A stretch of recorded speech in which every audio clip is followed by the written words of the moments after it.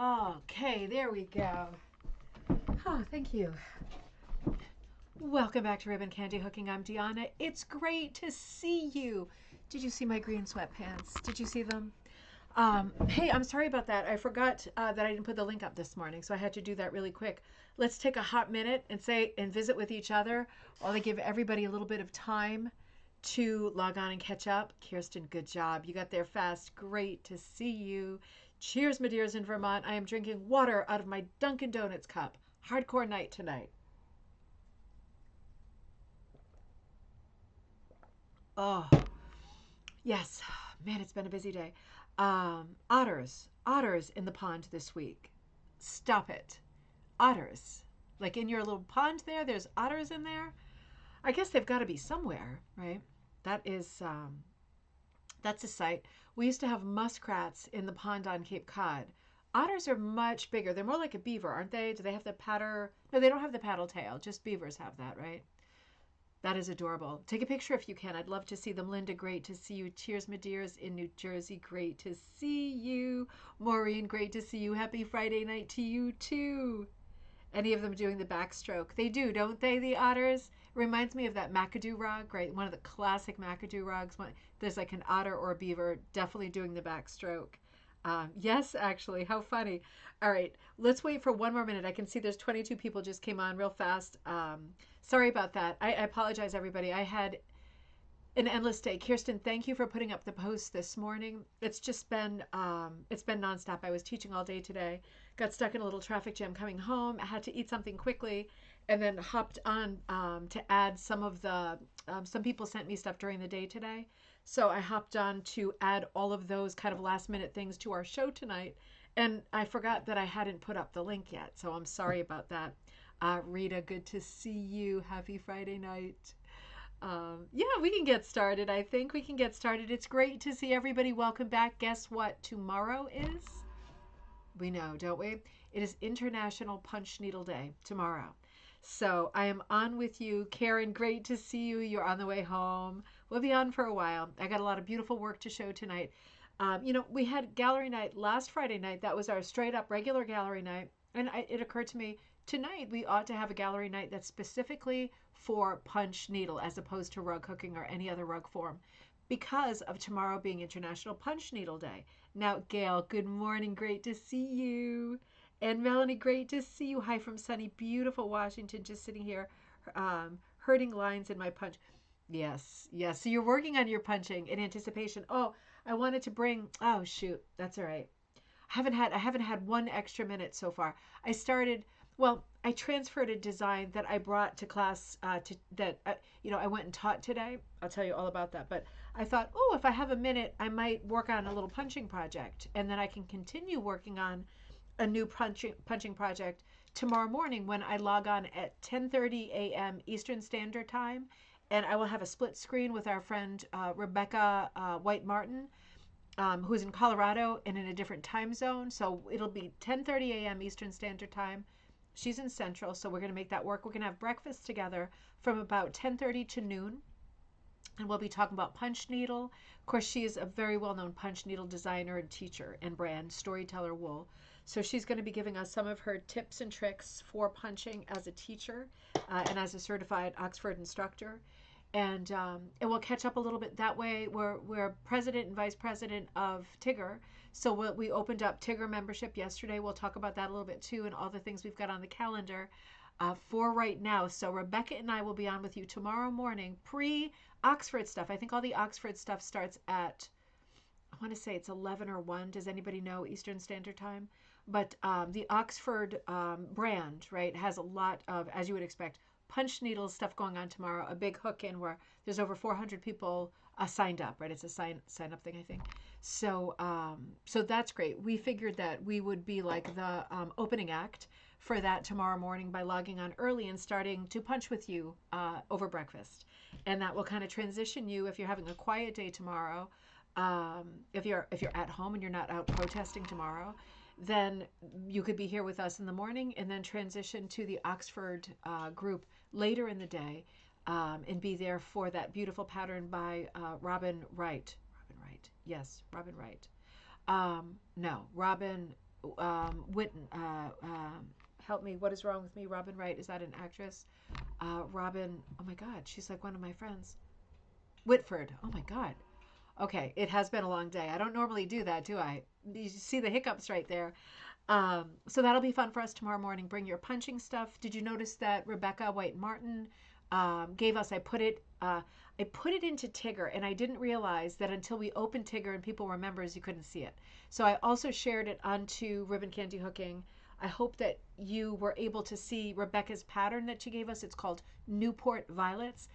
Violets are the state flower for Rhode Island, and since the upcoming, well, 2027 Tigger convention will be held in Newport, Rhode Island, she did a beautiful pattern with violets. So that is available for download. If you are not on Facebook and you weren't able to find it, let me know. If you're a Tigger member, you should now be able to go into Mighty Networks. I'll talk about that in just a second, and download it. It will be there with the article I wrote about it yesterday or the day before. So that is there for you for tomorrow. Beautiful free pattern also from Rebecca White Martin of Storyteller Wool, Newport Violets. And you might be working on that. I'm going to be punching the background of a Halloween piece that I'm working on for the Halloween book this year, right? We had the Haunted Rug last year. This year we've got the Mystic Carpet. Let me know if you're looking for a Halloween or autumn piece to do. We can put it in that book. I've got lots of designs waiting for you. So that's what's going on. I'm gonna circle. I hate that expression, circle back. I'm gonna come back to that conversation in just a minute. But first, let me carry on by saying, Sage Gardens, Ruth, great to see you. Happy Friday night. Is it Friday night? How can it be Friday night? It is Friday night. Karen, she's in Mountain Time. What did I say? What time did I say Central? Mountain Time. Of course she is. It's the mountains. You're in the mountains right there. Sorry about that. She is Mountain Time. Kirsten says it's a beautiful pattern. It is a beautiful pattern. I really like what she did. Kirsten, Jessica, great to see you. Happy Friday. Welcome back home, right? Great to see you. Rita says the Oxford event is 1 to 4 tomorrow. So that's perfect. We'll be on for breakfast 10:30 to about 12. And then you can take a break, do bathroom stuff, get ready, get your stuff ready, different project. Switching projects, and you can log on at 1 to the Oxford event. Mom, great to see you back in Granby, Connecticut at home. We were together all day today. We had such a nice day. I'll tell you about it at the beginning. Dave, great to see you. I got to know. Grilled cheese and hard cider. Are there any condiments on the grilled cheese? I just have to say. I always put this super hot green chili stuff on my grilled cheese. It is not good in the end, but it is good while you're eating it. It is super, super hot. I love grilled cheese. I like it when it's a little bit burnt on the outside. I love hard cider. Discovering my punch needle. So many possibilities. So true. There's so many things you can do with it. And Rebecca is better at that conversation than I am. So we'll definitely delve deep into that tomorrow. She'll give you some great tips. She's got lots of tricks with the punch needle. That's for sure. So we'll all be looking forward to that, I hope. Pam, thank you for the heads up. You asking Barbara, Barbara noticed that you asked if there was a show tonight. That was the thing that triggered for me. Oh my God, I never put the link up. Pam, thank you so much. I appreciate it. Hello. We just logged on. I haven't started anything important. That was my mistake. Sorry about that. Hello in Liberty, South Carolina. Samantha, you sent some beautiful stuff, and I have it at the end of the show tonight. We'll have that to look forward to as the dessert course. It was beautiful pieces. Samantha, great to see you. Ooh, apple butter and bacon. Oh my God, apple butter and bacon on a grilled cheese. Yes. Yes, please. Apple butter. Just, you have me at apple butter. All of those things, like all of those sort of British jams and curds and stuff, like orange curd and lemon curd on buns and sandwiches. Oh my God, so good. So good. That's why I'm always trying to lose weight. So I just want to catch up with you for a minute. It's been such a busy time today. I'm very happy to report. Thank you for those of you. A bunch of people sent messages and said, good luck with your root canal. Because, I get so nervous about this stuff. Haven't you always heard, if you haven't had one lately, that a root canal is basically the worst thing ever, like a Bruegel painting, like a horrifically scary, traumatic event. So that's what I had in my head. And I had a root canal yesterday morning. It started off bad because I thought it was at 10 and it was at 9:30, so I barely made it there in time. Did not feel a thing. I felt the Novocaine, right? When you're fully expecting that. Thank God for Novocaine, right? But I did not feel a thing. So if anybody is having stuff where you need to get work done on your teeth, right? My teeth are like Russian nesting dolls of cavities because when I was growing up, there was not fluoride in toothpaste yet. Doesn't it sound like I'm a cave person? But it's true. And it made a big difference. 6 years later, my sister had it, right? And her teeth were like perfect, right? And I'm way more of a crazy tooth person. Anyway, it's just bad luck and bad timing, isn't it? But if you ever have to look forward to having a root canal, I will say I did not feel a thing, not one moment of anything. So that was very nice. And then yesterday I had a meeting at the church followed by Vespers. It was a very busy day. And then I came home and worked on putting together stuff for the class that I taught today. And it was my, again, at the church, it was my third rug cooking class there. And it was wonderful. I'm happy to report there were even some new people today. It was the third of three. And there were even some new people today. There were buddies I had not seen before. Stacy came today with her own beautiful piece that I put on backing. She got right in on that. I met Sandy Costello for the first time, who's usually here with us, but she's traveling in Connecticut this weekend. She's got a family thing this weekend, so she was able to come early and pop in and spend some time. That was wonderful. She's working on the mermaid rose. I was able to see that in person. Joe was there, who's been there for 3 weeks, my one of my great buddies, and now I'm seeing her way more often. And Susie was there. Suzanne, I'm sorry, I should say Susie. Suzanne was there with the cat dog, the cat pattern that she morphed into a dog. So beautiful. Working on some other pieces. And happy Alice in Wonderland opening night tonight to you, Susan. So nice to meet Sandy and see her mermaid rose. It was just a great group. It was about maybe, I don't know, 13 people, something like that. It was absolutely jam-packed, more jam-packed than before. There was a couple other people who were new there. Shay came from our group. It was just fantastic. And I'll tell you what, it was like, I always talk about outreach on this channel because if we don't talk about rug cooking, people don't know about it, people don't do it, it falls by the wayside, as it did for much of the 20th century. Everybody did so well. It was just remarkable how well everybody did. Everybody's work was different and special. We'll see that tonight with the punch needle examples. But it was fantastic to kind of track people's progress over that time together. And we did some fun design games at the end of the day today. And we looked at finishing pieces. I'll do a video for you, stretching pieces just with a staple gun over frames like these guys. I took some out of this pack. Oh, I took some out of this pack and we stretched over these frames. I was putting the Cordelias out. It was wonderful. I'll do a video for you. It was very fast. What a great time. Think about, being there in your community at the library, the historical society, a school, a retirement home, whatever. Think about being there with basic supplies like burlap, basic hooks. You can always write to me and say, where can I get like inexpensive stuff that'll serve people who are beginning and not put them off. Always happy to help with that conversation. Get out there and do some outreach. You don't have to be the best hooker in the world. I'm not the best hooker in the world, but you can answer the basic questions. You know more than your students would know, right? So it's just a wonderful thing to get out there, spend time with people, help them be creative, help them find that part of themselves that they can do creative work with their hands and really relax and create something that's a beautiful heirloom, right? So it was a wonderful day, but it has been a long day. Let's have some relaxation time together. Now that I'm sitting down again, let's see. Pam says, Samantha, I just ate, but yummy. Dave says, chili sauce on grilled cheese. Okay, so you're not messing around. Obviously, you're not messing around. Well done. Apple butter bacon. Oh, yeah. My mom says, so nice to meet Sandy. Yeah, she was such a sweetheart. Sandra, great to see you. Welcome, and hello to you, too. Let me just take a quick sip of water. I was eating those. I had a nice healthy sandwich when I got home because everything's been rush. And we got a hold of those Pepperidge Farms goldfish that have the red hot flavor, like the red hot sauce. Woo! Those are warm. Those are hot. Very tasty. Those would be good on a sandwich. Those would be crunchy on a sandwich. I'm definitely going to need some more water. All right. Welcome back and happy Friday, everybody. I got so many lovely examples of punch needle. So we are just looking at punch needle projects tonight. If you sent an email that had like one punch needle and one hooking, I forwarded the email to Shannon and I said for next time. Because tonight we are just looking at punch needle projects. Again, if you joined us late, my fault. In honor of International Punch Needle Day tomorrow. So I was going to say the sun will come out tomorrow, but I don't think it is going to come out tomorrow. Not here anyway. We are still stuck in this miserable weather. All right. Let's see what we've got. I want to look at everything in detail. Let's come over to this show and down here. And oh, I forgot to put our logo up. Sorry about that. Karen, you are heading us off tonight. I think you are still traveling. Karen Garby says, here is my submission for the special punch needle gallery night. It is 42 inches across. Whoa, that's big. And I used a variety of yarn types I had on hand. It's an original design.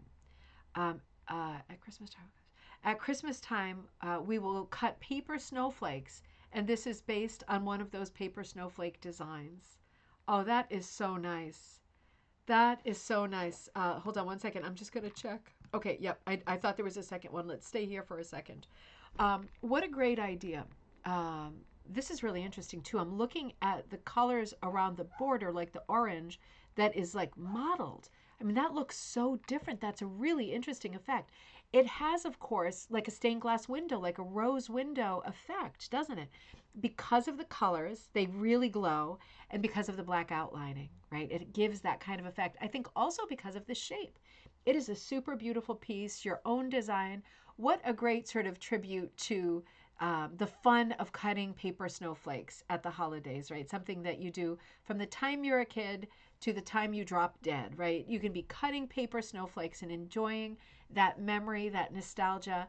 And in this case, turning one of those designs into a beautiful rug really is smart. It's a great tribute. It's more eternal than ephemera, for sure, right? This is going to last longer. Colors are wonderful. I love that this is like a year-round color palette. Very rich, obviously jewel colors, heavy emphasis on blue and orange. This is a Van Gogh palette for sure. More black than we would normally see with Van Gogh, but it's got that great sort of crisp graphic feel to it. Judy, great to see you. Oh, but you know what, Judy? You can send them and I'll put them in the next gallery night. So we can use them for the next gallery night, right? That'll work great too. Kara, this is a great piece, you know, and it's just a reminder that how your cats love it. Oh, I bet. I bet it's a perfect size, right? And nice and warm, nice and snubby. You know, this is a good reminder, a great reminder that if you work out a simple design, you can if you can just figure it out, have some patience, you can really evolve a design that's based on a stencil, like a paper snowflake, into something that is really grand, like this example is really grand. Of course, a big part of this example is the color planning. So when you sit down and you're ready to work on your piece, you do need to ask yourself crucial questions like, do I want outlining, right? Outlining is going to give it, because of the shape, more of a stained glass feel, right? Do I want that? Or am I going for something that looks more like a patchy quilt, like a PC quilt? If you're doing it in different colors, you might not want the outlining, right? This is something that you would need to consider and kind of evolve your vision for what you expect the rug to look like. Make good decisions about color palette, about outlining versus not, and about finishing the rug, right? So the style of rug that you would want to end up with, even with a pretty straightforward geometric like this, right? It's lots of pieces, lots of planning. But in terms of being able to do it, this is possible. You can do this.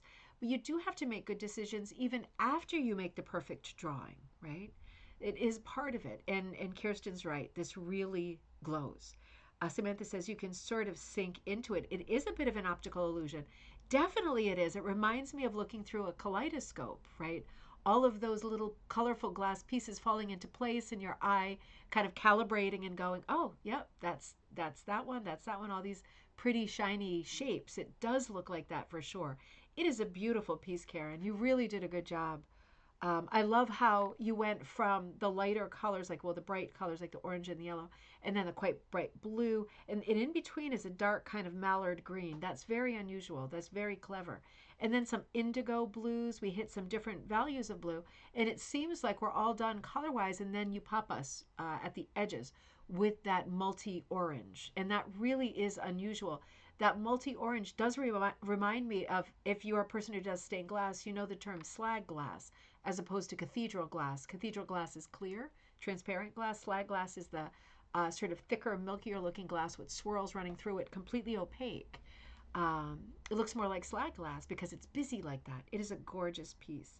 This piece is 42 inches across, Ruth. 42 inches across. That's a large piece, right? And Karen, you sent a lovely number 2 as well. Let's come over here. Number 2, your conversation about quilted postcards on Monday's coffee time reminded me of this ultra punch piece I designed combining 2 different old-timey postcards. The final piece is about 10 inches square and framed. I would send you a picture of it framed, but it's in one of my boxes of Christmas decorations. Of course, it's safe in the box, right? Hey, at Christmas time, right? This is a beautiful piece. This is mini punch for sure.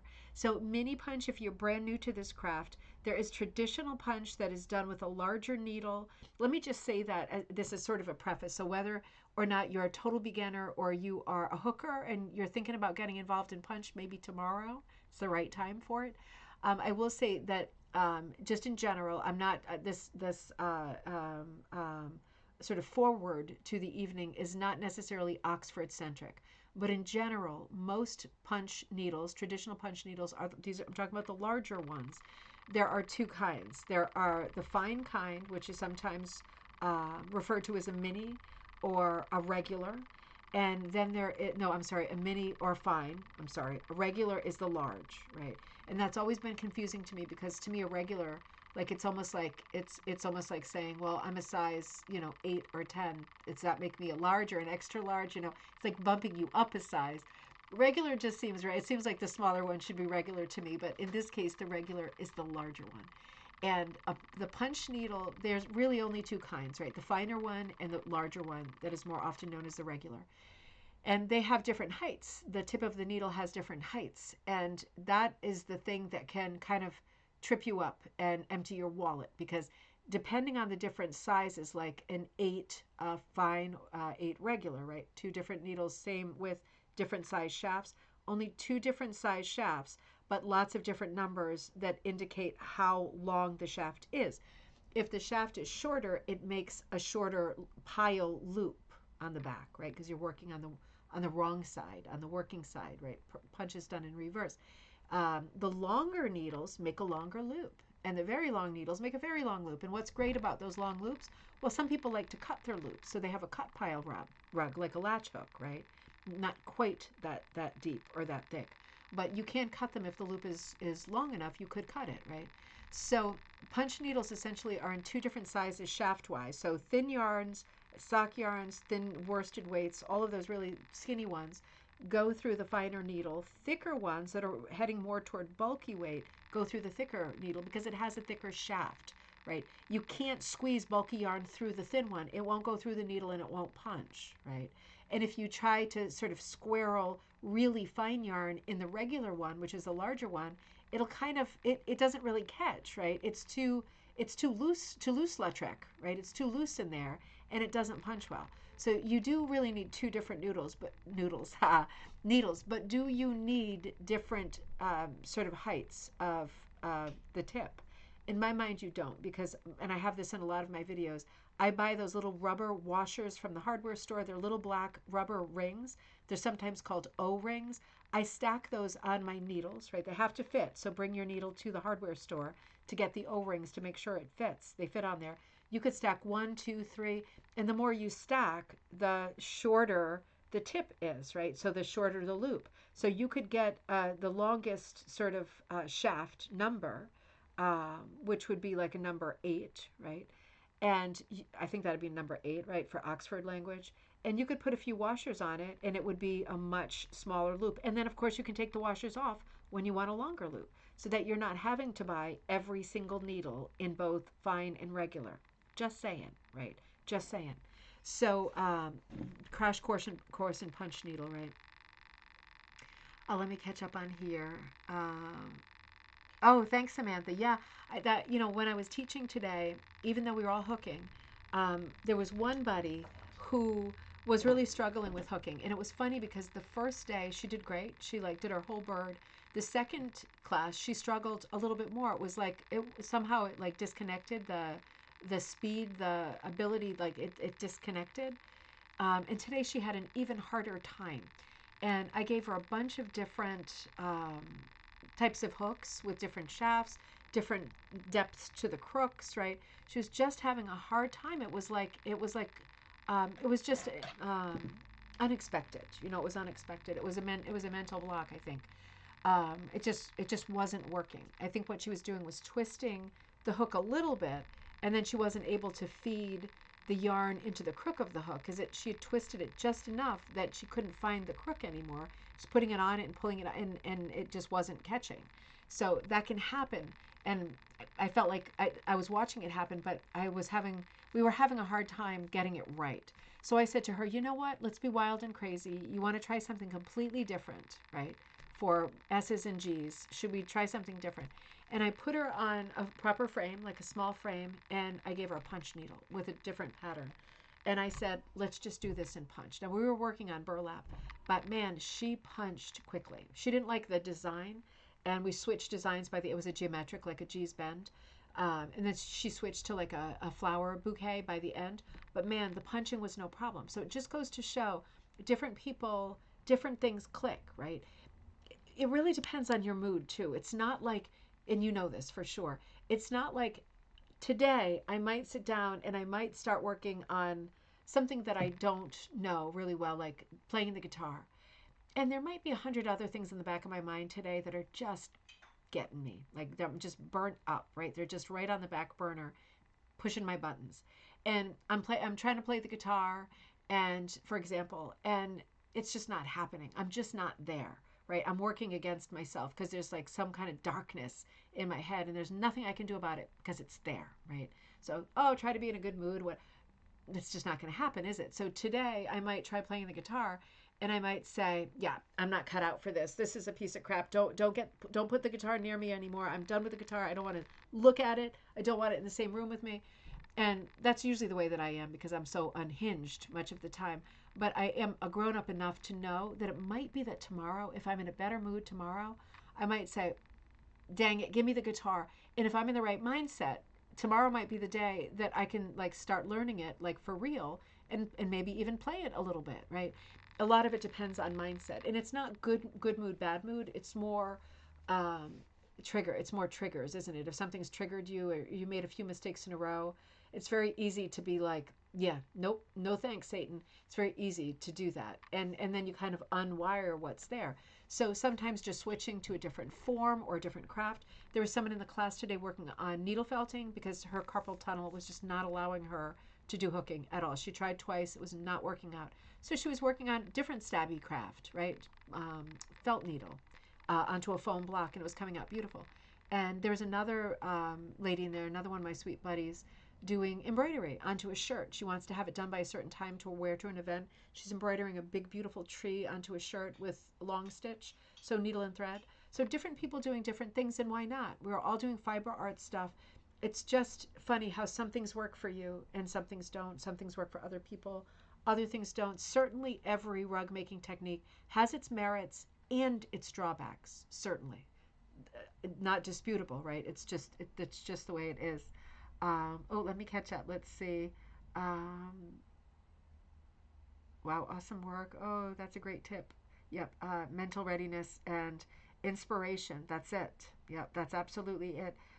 Wolf says, hello, Joe. Oh, did Joe just log on? Hello, Joe. Did I miss Joe?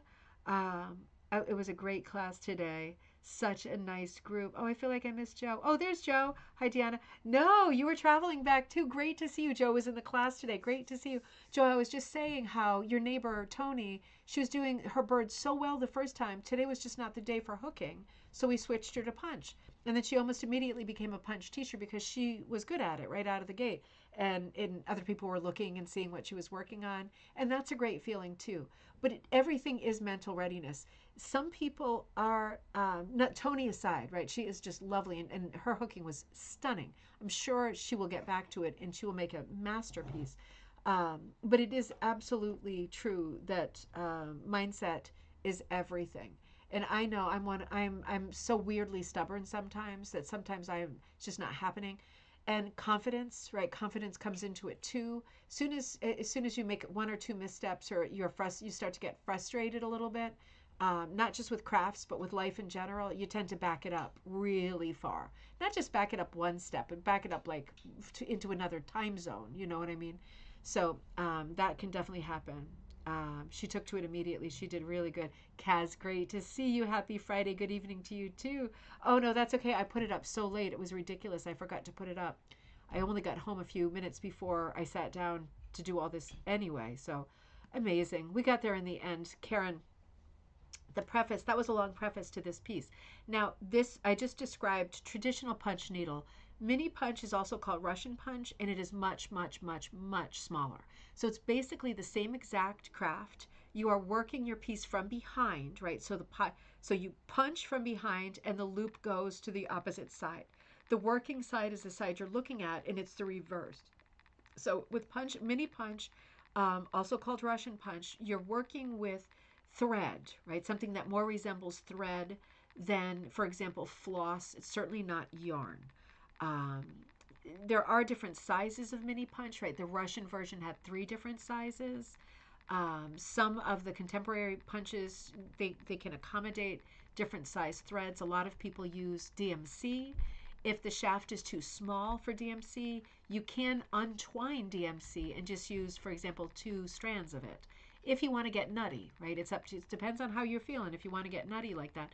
Or you can go to even finer brands or threads. There's lots of, DMC does different kinds of threads too. They don't just do the traditional glossy floss, right? They do stuff that looks really like linen. It might actually be linen. It's very, very fine, very limited color palette, but all primitive colors. That's a beautiful new line that they have.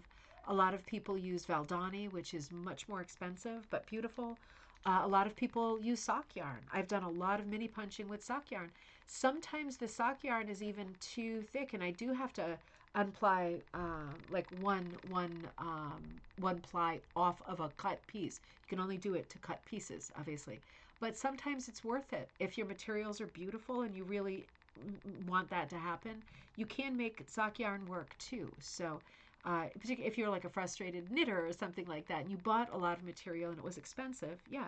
So Karen says for this one, she used DMC and Valdani in this one. And it is a beautiful piece. So you did sort of a composite composition with 2 different postcards. That is a good way to get it to be a square. You've got that whole kind of storybook, Christmas in Connecticut look happening in the background with the farmhouse and the storybook cottage. Lots of coziness in there, right, with steam or smoke from the chimney coming out of that little storybook chimney. Super sweet. Lisa, great to see you. Happy Friday night. Welcome. And in the foreground, different characters, almost a brownie type character. They both look a little bit like brownies. Maybe it's just because they're children. Very sweet, playful, sort of juvenile subject in this 1920s kind of setting.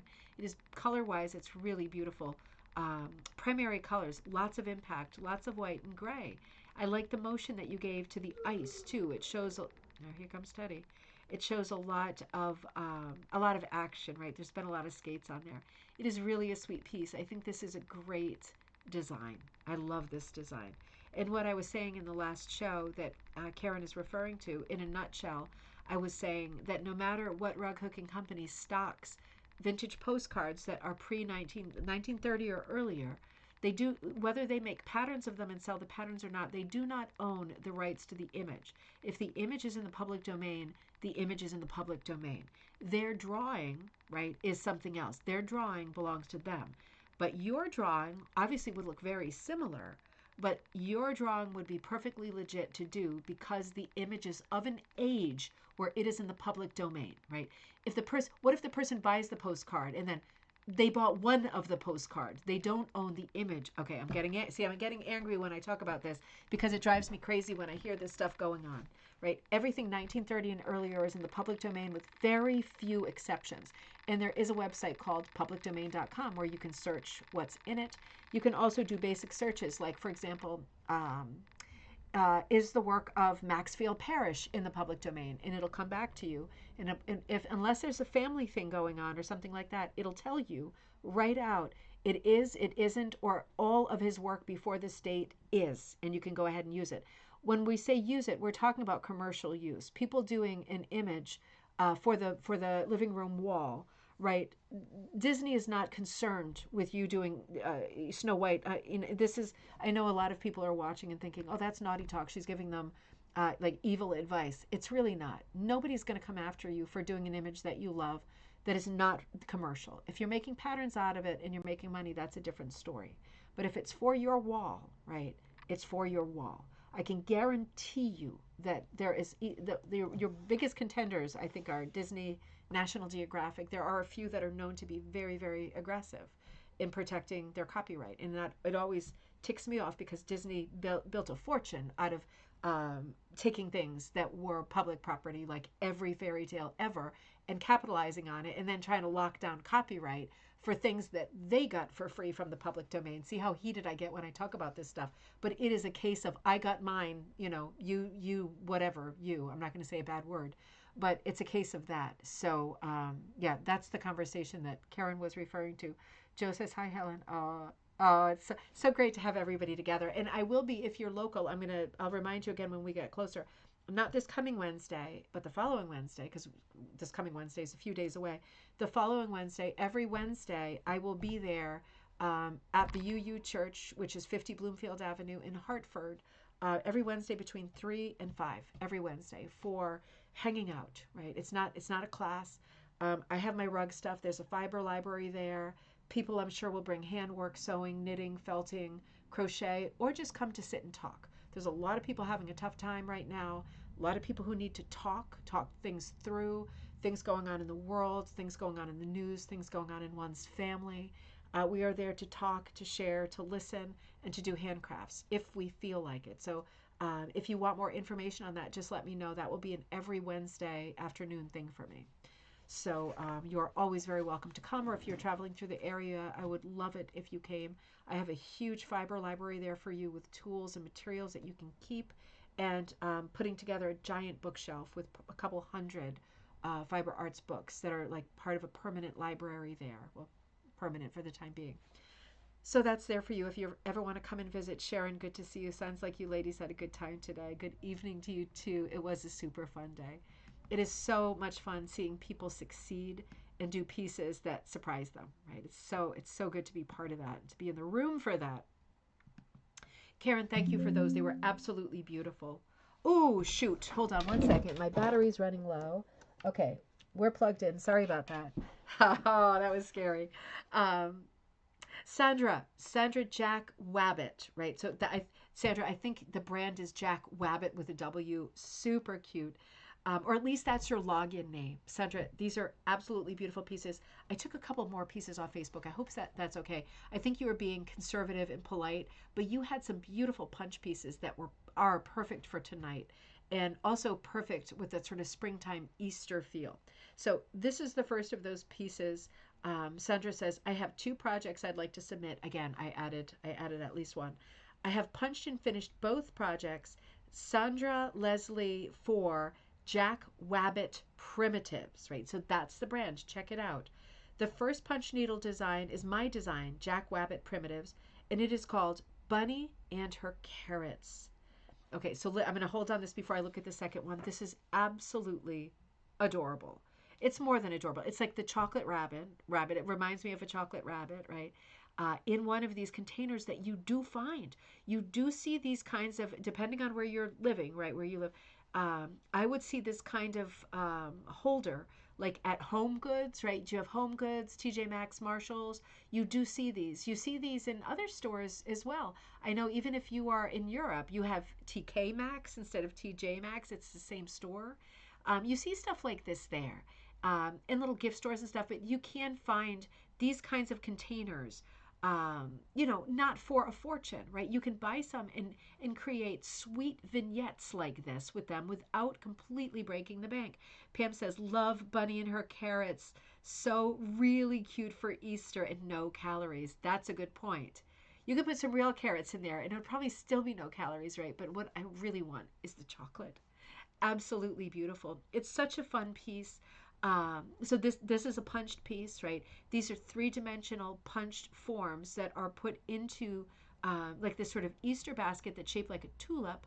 Beautiful color too. It's a little bit distressed, right? What a beautiful thing for springtime, for Easter time, depending on what you celebrate. It looks like the tips of the carrot are done in that raffia stuff, right? Doesn't that look like the raffia? so perfect. It's just what it looks like. It's just what the actual plant looks like. Such an organic look. There's something so charming about how sort of stiff the rabbit is. Like he actually looks just like a chocolate rabbit. Kaz says, is the bunny done in ultra punch? Sandra, if you're on there, can you tell us, is it punch or ultra punch? Um, I have the same question. I just thought it might be regular punch unless that container is really small. It's hard to tell. You know what? Let me make this a little bit bigger. I'm going to take you for a ride. Get ready. Let's make this a little bit bigger. Looks like, I think it's regular punch, but we'll have to see. I might be wrong. I might be wrong. Look at how pretty the eye is too. I love the stiffness of the bunny, right? The fact that he looks like a chocolate bunny and the sort of whimsy of the carrots with the crazy greens on the edge. I don't know what you call the cap of the carrot with the doodlers coming off of it. I don't know what the doodlers are actually called, but the green part, they're so wild and crazy. It's such a contrast, you know. It's such a sweet piece. It's such a whimsical piece. And, but wait, there's more. Let's look at the next piece. And again, by Sandra of Jack Wabbit Primitives. This piece is, second piece, Punch Needle. Now this does look like Mini Punch, Kaz, which is making me wonder if the last piece was Mini Punch too. It might be Mini Punch. You're absolutely right. Second piece is Punch Needle, which is a bunny with her umbrella and was designed by me, by Sandra, by Sandra Leslie, using a vintage illustration. Fantastic. Thank you so much, she says. Now, this is on a pretty, this is kind of like either a small cheese board or a small cutting board. Could be one of the cheese board things. What are those things, in antiquers out there? What are those things that look like this, but on the body of them, it has like all of these lines kind of carved in? Is that like a butter something? You know what I mean? Sometimes these paddle things, the smaller ones, have all of these sort of etched lines on them. Butter pat. Thank you, Samantha. I figured it must be something like that. And you know, they're typically really small. Depending on how big you want your piece to be, they're typically really small, but they're not as expensive as finding cutting boards, which is always an exciting thing. I need to put some of my mini cutting boards up on Ribbon Candy. I do need to do that. I keep forgetting. I have a bunch of small cutting boards, but they would make, I'm looking around for them, but I don't see them. Great, great size for mini punch needle, you know. It is, Joe. It's a lovely vintage bunny. Really sweet pattern. I love the umbrella. It almost reminds me of like a topiary, like a tree topiary. Peter Cottontail. Almost looks like a chalkboard paddle. Oh, interesting, a chalkboard paddle. Oh, like to actually paddle bums. I see what you mean. It does. It does. It's because it's long like that. You're right. It's more of a paddle. The cutting board has not such a long handle. Gosh, it could be anything. It's so fun to find these. Oh, there's Sandra. All of my pieces are done with 3-strand floss. Kaz, you were right. 3-strand floss, DMC most of the time. Bunny and her carrots. Bunny is finished as a stand-up, and carrots have raffia tops. Wool felt is used for backing. Fantastic. Sandra, thank you so much for that. That's really helpful information. Um, I just love these pieces. They are super whimsical. This to me is like the best of Mini Punch. Mini Punch is very different, and until you start doing it, you know, the scale of it feels quite different. Um, Being able to do and it comes out small. Being able to shade and make these kinds of color shifts is beyond beginner, right? This wouldn't be a beginner project. This is a very well done piece, but you do figure it out as you go along. There are limitations to working a little bit smaller like that, right? You have to get a feel for it. It does work. It's not. To do it is not like traditional punch, but smaller, right? There are different rules, and you realize that as you go along, and you are working on a piece, and you think that doesn't look as good as I thought it would look, right? When I see a piece like this, I realize I am no good at mini punch at all. There are just different rules and there's different outcomes, but it is a lot of fun to give it a shot, right?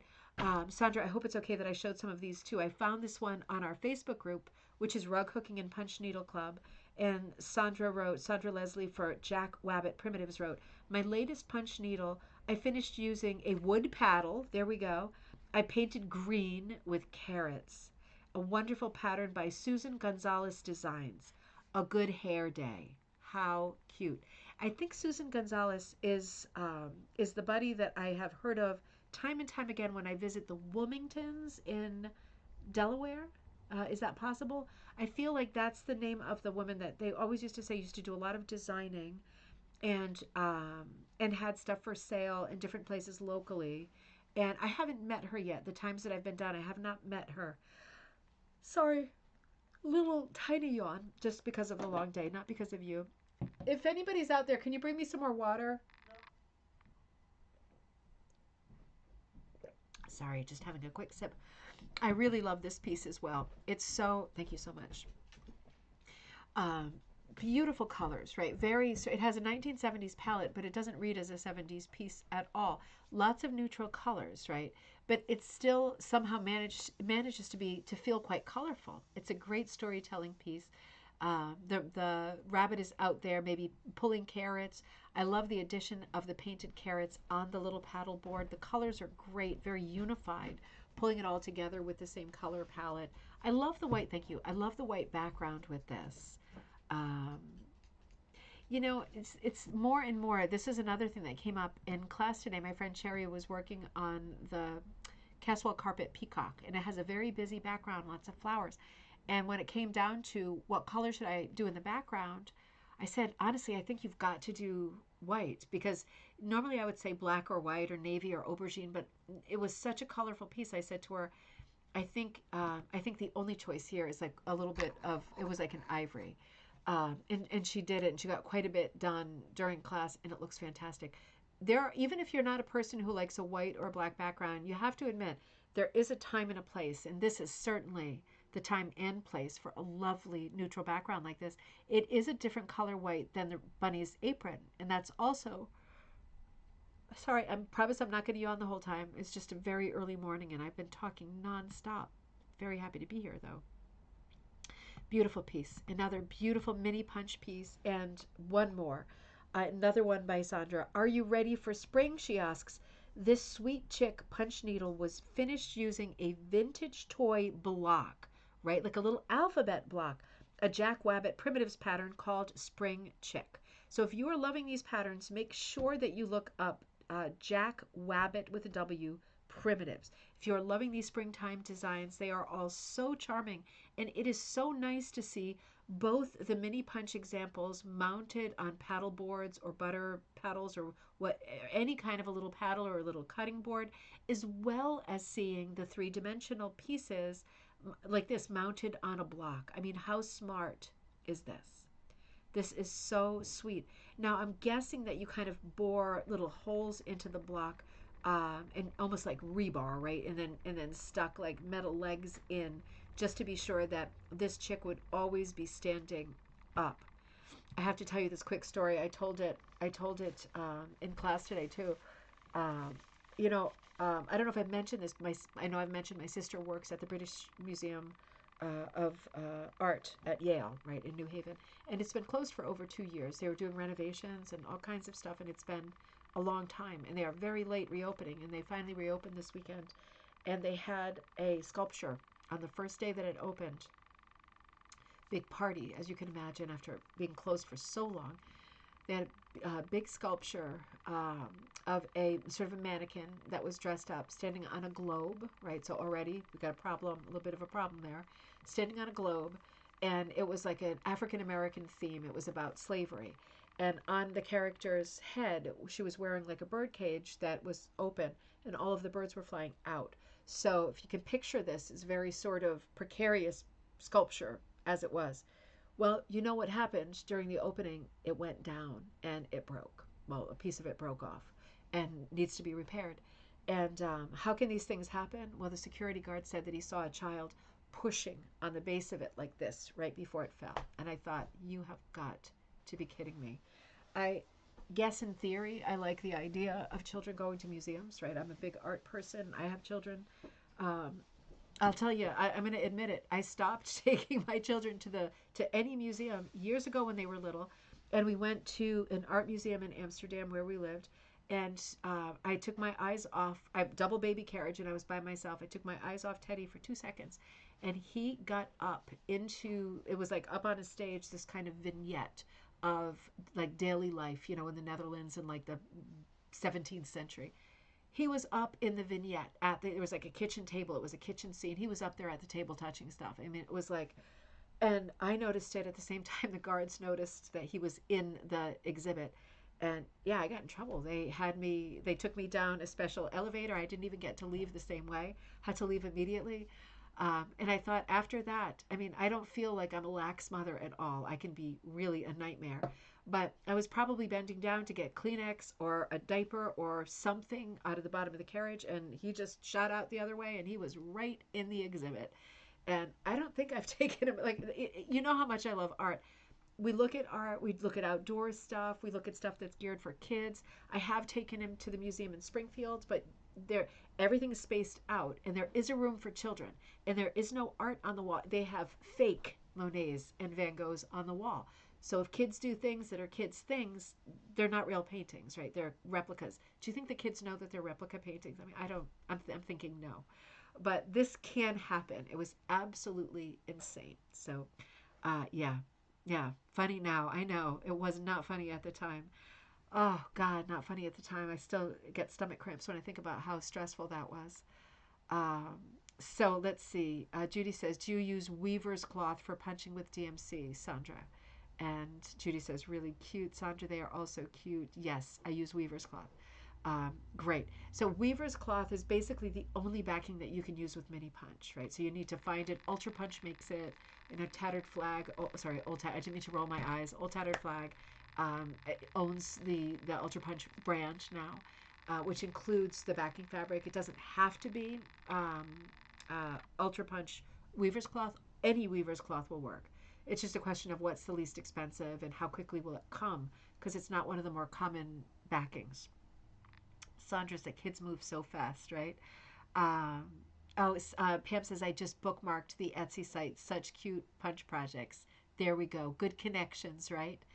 Sandra says, Chick has painted wood legs that are inserted into Chick into drilled holes in the block. So you've got a good thing. See how that reminded me of the mannequin standing on the globe? You've got a good thing going there because Chick is very stable. That sounds perfect.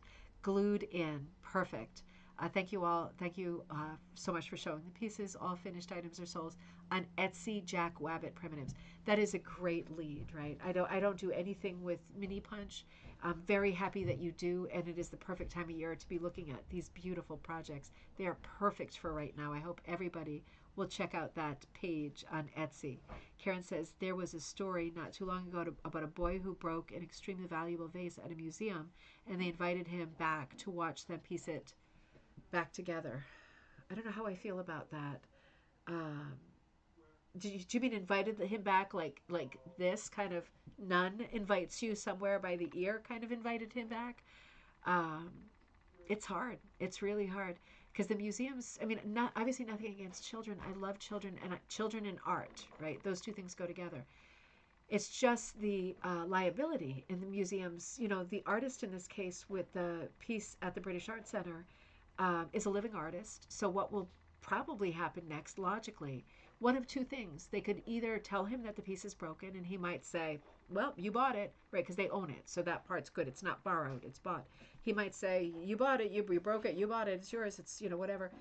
But he probably won't, because then if they put it together not quite right, then he'll say, well, I don't want my name on that. It doesn't look like my piece anymore. It looks wrecked. So it's much more likely that they'll send it back to him, the artist, and that he will fix it. And do you think that's going to be a bargain?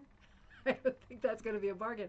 So somebody's got to pay for that, right? Because admission is free to that museum, like so many museums. Even as far as I know, still at the Metropolitan Museum, it's donation, but it actually is free. When people break stuff, it's a really big problem, isn't it? Pam says that's what kids will do. There's a time when they are able to attend grown-up exhibits. Yeah, I've been there too. It's just so nerve-wracking. I guess some parents are just like, whatever. But it makes me so nervous when my kids are in places, even in a store where there's like, nope, there's a glass aisle, even at like Home Goods. I'm like, get out of the aisle, get out. because it's the glass aisle, right? Teddy's going to turn around like this, and nobody needs that. Nobody needs that for sure. Pam says that might have been what I would have done. Put that, pull the air of it. Karen says, I don't think he was coerced. I think they felt it was a teaching moment. They are good souls. I'll tell you that they are good souls. Yeah, I think I'm an old mom at this point, and 53, and to still have kids that are 11 and 13. You do the math. Yeah, my sense of humor is a little bit gone at this point for stuff like that. That's all. Oh man. Anyway, Chick is secure. That's the main thing. Chick is secure. Chick is beautiful. Sandra, thank you so much for sending so many. Well, you sent two, and I stole the rest. Thank you for sending those lovely pieces. And Sandra has more pieces that I've seen on our page, which is Rug Hooking and Punch Needle Club. So if you just search Sandra Jack Wabbit, you'll see all of the pieces that she has on there. I didn't want to take any more and be ridiculous, but there are more there if you're curious, and also, of course, the Etsy store. Now, Sandra, I noticed on the thread for Chick standing on the block, I noticed on that thread that somebody else wrote and said, let me see, I hope that I wrote her name down. I better have written her name down. Karen Z wrote on your thread, and she remarked that she loved your Chick, and she wanted you to see hers because she had done a Chick in years past that was similar in that it was a Chick. And so in the comment for that post, Karen Z posted this photo of her Chick, and I thought a Chick begets a Chick in more ways than one. I thought, how cute is that? Another great example of a mini punch Chick. Cute 3-dimensional piece. Now I'm going to come over here to Randy Bacon. Hold on just a second. I'm going to take a quick sip. I really want to talk about this piece. This was an exciting find for me. And yes, okay, I'm sorry. It was Karen. I'm sorry, the Chick piece. Hold on. Let me do this right. I had more information. The Chick piece was Karen Zambrano La Parra. Just to be clear, she said, love your Chick. This is one I made a few years ago when I first started with punch needles. Sorry, I had that in the wrong place, but there it is.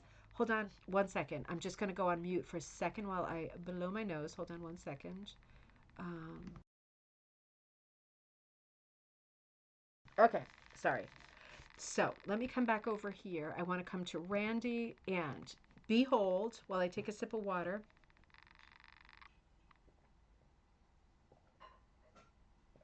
Thank you.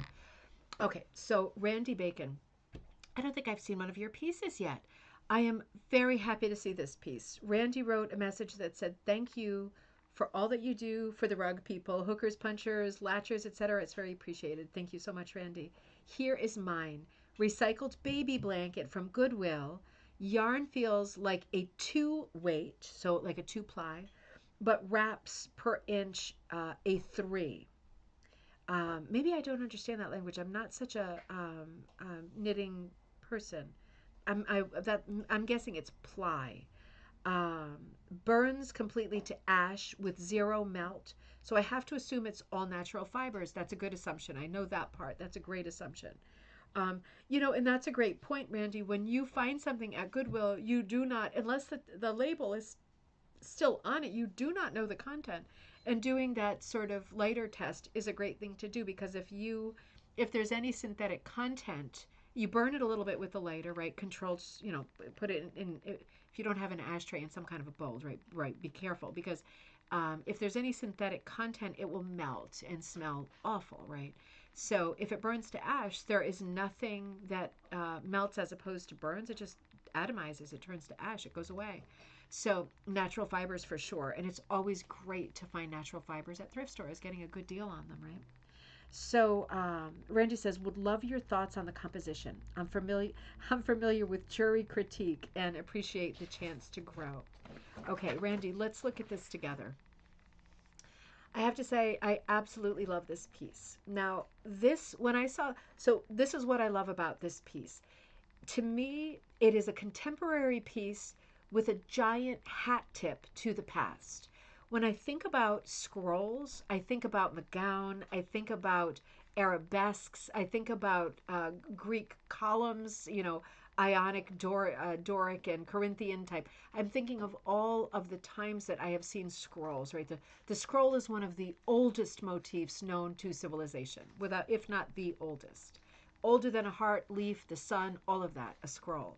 So when I see a scroll, it feels like a great nod to the past, specifically for rug makers, because we basically were hooking scrolls for the entire 20th century, give or take, right? Give or take. It's a huge part of our history. It's an important part of our history, a proud part of our history. I love to see scrolls. And I love to see scrolls integrated into contemporary work because it's like you're taking one moment of the past and you are kind of assimilating it, fusing it onto the now and the future. And I just love the way that that feels. I look at this and I see a scroll, but it's a super modernist piece. And I think, yeah, right? Like, yeah, I feel that on so many levels. It reminds me of where we came from. It reminds me of where we are. It reminds me of where we're going, right? So for me, this is a very grounding piece, and it celebrates the heritage of rug makers. So I'm automatically inclined to this piece because of the scroll. Now, in terms of composition, I think what you've done is very clever. You have mixed three different sort of motifs here. The main one obviously is the scroll, and it's an extended scroll, right? It's not a closed scroll. Just having that central scroll with the two ears, that kind of the mushroom cap, that in itself could be regarded as a scroll. The fact that it kind of curls out on the edges gives it a more sort of extended shape, but still scrolls, just more fancy Nancy pansies, right? Like calligraphy scroll. So you've got the scroll. You've also got the two circles, right? I'm gonna hold on that for a minute. And in the background, you have got an off-center geometric that works in great theater in contrast to the scroll. The scroll is very organic and sort of loose. What word am I looking for? Has a sketchbook quality to it, and the square that repeats is very Joseph Albers, right? His history of the square. I wish I had that book right near me. I'd love to look at that together right now. But just the idea of what a square can do, right? We'll have to look at that book one of these days. Joseph Albers, just so you know, was the husband of Annie Albers. They both came, I think from Germany, and ended up living in Connecticut. And Annie was a great artist, just like Joseph. Great love story there too. But because she was a woman, right, at the sort of I think 1930s probably, there weren't a lot of subjects at college, right, that were open to her. And I think she went to, what's the name of the school in Germany? Come on. It's not called oh God, I've done so many classes on this. Um, Dang it, it's going to come to me. Hopefully not at 3:15. It'll come to me in a second. Can't believe I can't think of it. Paul Klee, everybody went there and taught there. Anyway, there were not a lot of classes open to Ani because she was a female. So basically, textiles was it. Like she would have loved to have done painting and glass and sculpture. This was not a possibility. So Joseph went and did all the sort of fine arts, and she was able to do the crafts. And she made lemonade out of lemon. Oh, I almost had it. And she did textiles like no one else. She wove like no one else, and she did get into other forms, but she really owned weaving, right, and really made a name for herself. Ended up working at Black Mountain College.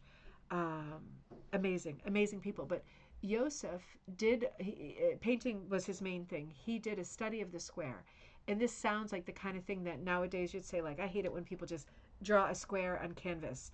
And I feel like that is a wind up of sorts. Well, this was a long time ago, and he was really the first one to do it. Just drawing squares on canvas like the one in the background of Randy's piece, and how it can move, right? How it can move into consent, like a sort of echo patterns behind itself. what the relationship is between the square and the color next to the square, right? This all sounds silly and amateur, sort of basic, but it wasn't, right? It wasn't then. So when I look at this piece, it really reminds me of those early conversations on what does geometry do? What can it do? Because basically, without the scroll and without the circles, this is a full composition in my mind. Just repeating the square. If it was a circle, it would be like concentric circles, right? But it's a square. I don't know if you can still say, you can use the same language, but a square like radiating out to another, to another, to another, with bands of thickness, different thicknesses. Same sort of color palette, sort of peaches moving to orange. It's a very unusual piece. I love the patterning in the background. I had to honestly stop for a minute and think about whether I liked the fact that the square originated right in the center of the primary scroll. Because my first thought was, maybe those two things should not intersect. But then I realized that one of the two circles was also present at the same intersection, right? It's like Grand Central Station. The three main motifs intersect at that one square. And that changed my mind when I realized that. I thought, very clever. Because at first glance, I thought, I don't know if we need those circles there. But then I thought the scrolls resolve in such a fine circular shape that seeing those circle shapes, almost like stylized flowers, discs, however you're interpreting, that really echoes the perfect curl of the scroll. And I like that at that one intersection, we have the square that is present in the whole background, the circle, which appears twice, and also intersects with the main part, the central part of the scroll. I think it's very clever composition. It's very modernist. Um, it's an abstract piece. Weirdly, I always talk about storytelling in pieces. Does this piece have storytelling? Not literally. It doesn't literally have storytelling, right? There's not a cat playing with a ball of yarn that fell out of a basket, right? It doesn't have that kind of a literal story. But I will say the color play, right? The oranges, the radiating oranges, those very cool greens, making that scroll and picking out a lot of the oranges, and then the two kind of outlier colors, the rosy pink with the yellow, and then down below like the cornflower blue heading toward purple. Very unusual. There is a lot of drama here. This could be an Art Deco piece from 1922. It's a contemporary piece from recently, right? So it has a lot of play. It has a lot of character. The fact that the scroll is cropped, I think, is a good thing. I think that's a smart thing. It needs to be cropped, right, to continue the organic feel of it, right? It's kind of growing, it's stretching, it's outgrown the frame. It creates interest. That's a bit of storytelling. Where is it going? How far, how high up has it grown? We don't know. It's cropped. It's outgrown what we can see. I also like how the circle at the bottom left, I like where it's positioned, right? It's kind of diagonally across from the other circle. It goes on the same axis line. If you follow the square, like the corners of the squares, they're kind of connected. So there is some geometry here. There is a very fun play between what is round, organic, and fluid, and what is geometric and very, very tight. Yeah, very Art Deco, Melanie. It does. Cass thinks the colors are very pretty. Pam says it reminds me a lot of William Morris scrolls and putting those gorgeous pastels and graphic shapes with it. Love it. Absolutely. It is like a hybrid for sure. I'm also noticing at the northeast and southwest corner, there seems to be like a block design, like a repeat block design, almost like a flag that has a little bit of raised work on the two sides. It really reinforces the look of this being a deco feeling piece, doesn't it? Very unusual. It's a deco palette. It's a deco subject, but because these are universal motifs, circles, squares, scrolls, it does have a sort of timeless quality to it. The palette brings it to deco. It is a bright orange for deco. The deco period artists love using peach and very soft apricot, whisper colors, but the orange is much brighter. So that's another kind of hint that this is a more contemporary piece. Judy says, oh, Karen says, interesting that there are only two circles, but that the scroll in the lower right creates a third circle in your mind. Interesting. wants to make without making it. I see what you mean. It does. It's almost there as another circle, isn't it? It's almost there. This is a great traveling piece, isn't it? It really drags your eye around. Um, and that's really what you want with any composition. It's hard to create a non-pictorial piece that does drag your eye all over. It's hard to do that, right? This is a very strong composition. I highly recommend scrolls if you're trying to do work that looks sort of timeless, right? In this sense, maybe it has an architectural feel to it, right? This could be like a pattern from an iron fence on a Victorian house, right? It easily could. It has a very timeless feel. And the fact that there are these elements, these sort of ancient elements to it, but then we are seeing contemporary colors, that's just a lot of fun. Pam says, I didn't notice the block at the upper right, but I thought the one on the left was like a chop block design, like in an Oriental painting. I see what you mean. Yep, I see what you mean. Yeah, and that could also be. Um, I will say, when I think about Asian culture, and Kaz, you would be better at this than me, I don't associate Asian culture at all with scroll work. European culture, absolutely. Asian culture, not so much. I always think of Asian motif, just in contrast, right? Just thinking about whether that is like a sort of Oriental painting symbol. And I don't think it is because of the presence of both. But when I think of things that are scrolls, I don't think of, just coincidentally, I don't think of Asia at all. I think of Asia as very geometric, sort of fretwork stuff, more often than not. I could be completely wrong. It could just be my memory of art school, right? Very interesting piece, right? To make a long story short, too late. Randy, it's a really interesting piece. I think you've struck on a really distinctive color palette, and this piece brought up in my mind the conversation for myself in my head, right? One of the many conversations in my head today. What is punch, right? Because punch, one thing that punch is really, really good for, and we can definitely disagree on this, and this is not a sweeping statement by any means. Sorry, I'm just putting my, let me move my canvases and just put my canvases on the floor. One of the things about punch that distinguishes it from rug hooking in my mind, right? And we can disagree with this because there have been amazing examples to the contrary. But punch in general, and I said this in class today, in general, punch goes faster. And typically we see less detail in punch than we do in rug hooking. If you want detail, right? We see less detail. I think based on the technique, right? The technique of working in reverse and flipping over to make sure things are good. There are exceptions for sure, but in general, when people are doing punch, they are either doing something that is quite graphic and contemporary, right? Punch definitely appeals to people who like contemporary style work more than fine filigree or realism work.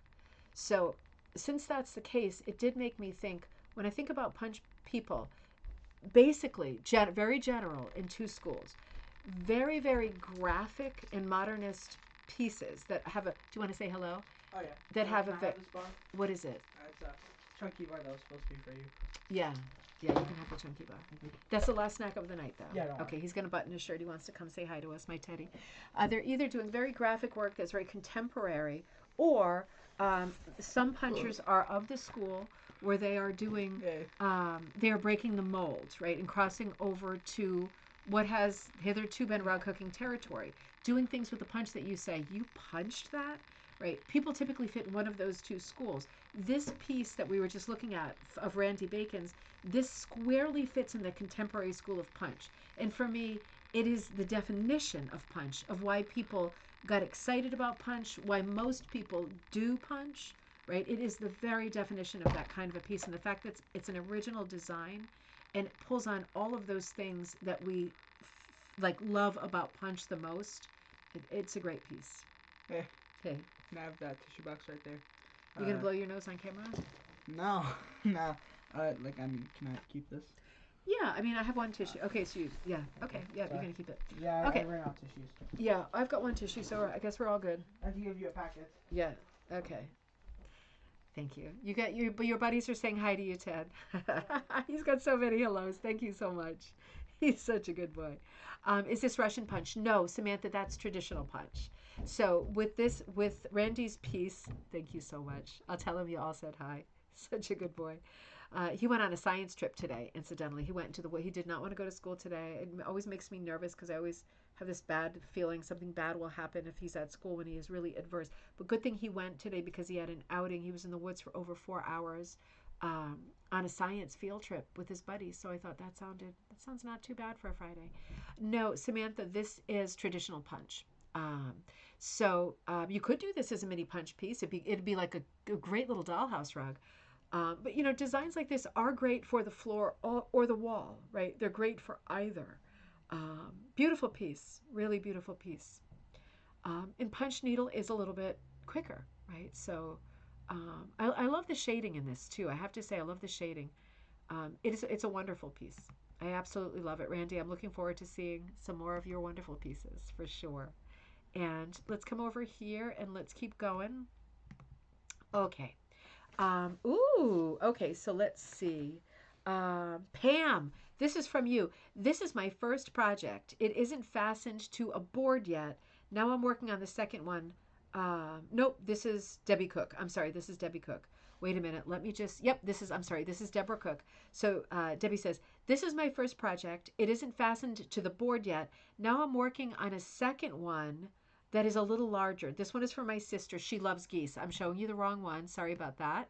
Wait a minute. She loves geese. Okay.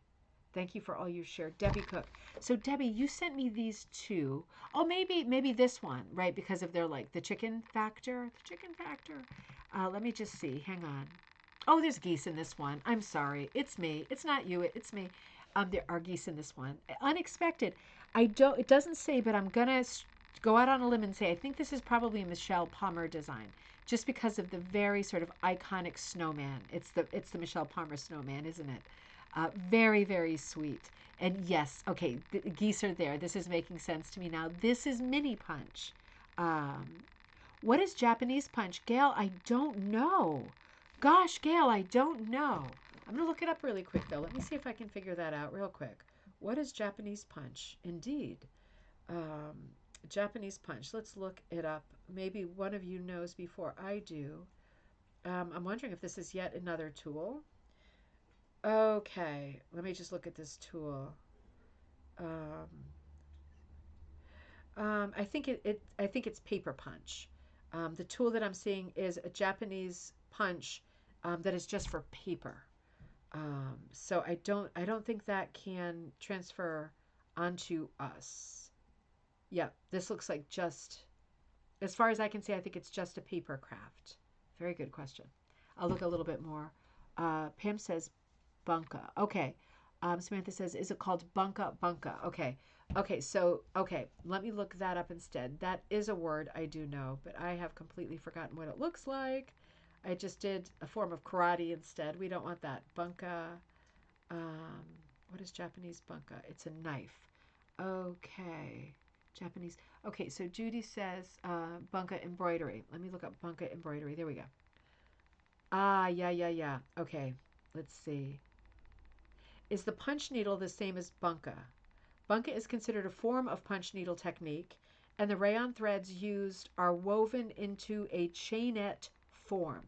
A chainette form, like when we do that stitch and rug hooking that makes the chain, right? So it's going to look like that. So like when you look at India, like India textiles, Indian imports, it has that chain stitch on top of it. It's embroidery. I think that's what they're referring to. That has got to be the bunka. It's a very delicate art form, cannot be washed, not the same functionality as punch needle. So it's a form of embroidery. Let me see if I can pull up some images. Here, I'm going to show you the tool for it.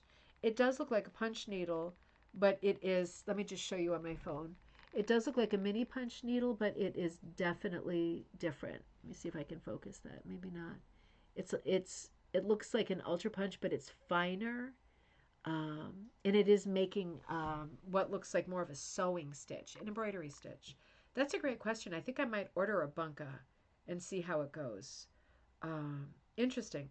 And then other places are saying it is a form of punch needle. This might be a you say tomato, I say tomato thing, because some people are saying nope, it's embroidery. Other people are saying it's a form of punch needle. I think I'll order one. Let's play with it and see how far we get. Great question, Gail. That was really good. Isn't it bunko? Yeah, you all are so good. Oh, in Japanese punch, they use incredibly fine rayon thread to do thread painting. Um, it's crazy beautiful. Yeah, it was crazy and realistic. Japanese use silk or synthetic silk. Sandra says yes, they are. Michelle Palmer designs great. Love her patterns too. Her patterns use DMC threads with wonderful shading and highlighting. Yeah, I'm going to look more into that. That's fun. That'll be another rabbit hole for us. So this is one of the two, right? This is the one with the geese, and you're working on this one. It's absolutely beautiful. And this one you finished. Another one with birds, but in this case it's chickens. And snowmen holding this lovely line of quilts, like little lap quilts. Super sweet motif in the snow, but they look nice and cozy. The chickens sitting on the quilts, really beautiful. And this is a great example of a cutting board, right? Little cutting board, great shape for this piece. Being able to find, where to mount small pieces, that is the thing, isn't it?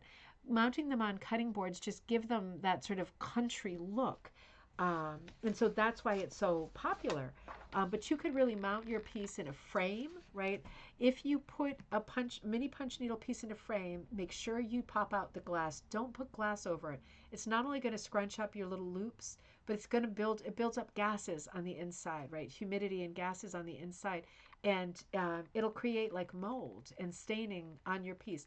I don't mean next week. I mean like in 100 years. But why? Like why? Just pop out the glass. It doesn't need to be work like this. Our kind of work does not need to be, whether it's mini punch, traditional punch, hooking, or whatever. It does not need to be under glass. But you can frame things in a regular frame. If you're making a small piece, you might as well go to Michael's or something, or Home Goods, and get a frame. Right? Just get a picture frame. It's already got a stand on it. Pop out the glass. Get rid of the glass, and just measure the size of it and make your piece that size or close to that size. And then you already have it framed and it's already on a stand. You just pop it up wherever you want to see it, and there it is, right? Safely finished off, right? And quickly finished off. Um, Very, very good. Okay, let me come back over here.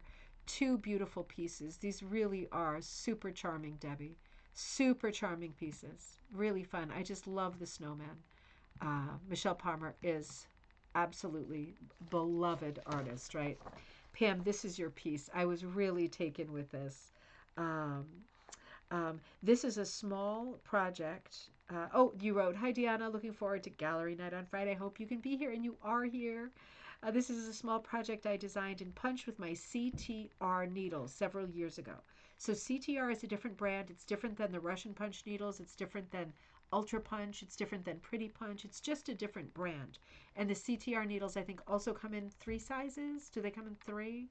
So in that means the tip of them is a certain size and the shaft is a certain size. And why different sizes? Well, because they accommodate different weights or gauges of yarn, right? So you want something thicker, you need the thicker needle, right, that can accommodate it. It's not going to go through the really thin one. You want something really thin, like a piece of thread, well, you're going to need your smallest needle. That's why many of these sort of punching systems have more than one needle. Pam says, "I just came across it again this week, tucked in with my quilting fabric stash. It is supposed to be a self-portrait of me.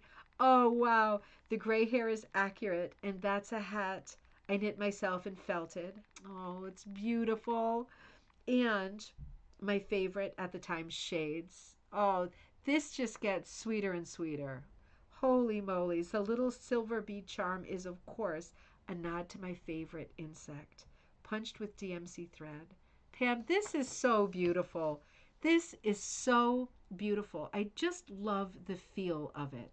I love the sort of artsy boat neck top you're wearing, and your red lipstick, and your red hat with a pretty flower, and the stylish Vogue glasses. It's just a beautiful piece. What a fun thing to wear. This would go right around your body, right? Perfect for like a flea market or something where you just need your phone and some cash. Absolutely beautiful. Pam says, yes, 3 sizes, 1, 3, and 6. And there is a longer number 3 that's easier to hold. Oh, you mean like the body of it, like the shaft of it, not the tip, not the working tip, but the actual tool is longer. That's interesting. I wonder when they say 1, 3, or 6, are they referring to how many threads? What kind of ply it could take, like 1 thread versus 3 versus 6, or are those just kind of random numbers? I wonder. Very cute, sweet. I love that. I love this too. This is a great self-portrait. And I see the shadowing on the hat. I love the color of the background. It gives it this great artsy look. I love that the color is kind of this honey color, and Holly Golightly. It does have that feel, doesn't it? It does have that stylish feel for sure, Melody. And I love that the flower on the hat is a similar color to the background, but not the same color. It's a small piece, but super interesting, and it's super well done. I love this piece. I really love this piece. If I saw this piece like in a frame in a store, I would be all over this. It's got a lot of charm. It's got a lot of character. And it is, even though it's a portrait, it is anonymous enough that a lot of people could say, "Oh, I know that woman looks really nice," or "I feel like I look like that woman." It's like it is more like Holly Golightly, like it has a movie star quality to it too. It's not so specific in the face that it feels like someone else's portrait. It's a very universal and friendly piece to look at. It's a lovely piece. Pam says, yes, the body of the tool is longer. So that must be good because a small body would be like holding a Chetty Camp hook as opposed to holding a hook, right? It's just a very different experience. Those are the number of threads on them. Okay, so number 6 will hold 4 threads as well. I see. The background is punched with 2 colors. Oh, it does have a bit of a heathery look to it. That must be why 2 different colors of DMC. Hangs around the neck like a necklace. Oh, how fun is that? It's really small. Oh, it's really small. Wow, that is clever. Pam, that is clever. Now think of that. I'm not going to steal your idea. This is a great idea, though. We're always looking for ways. Oh my God, Pam, this is a great idea.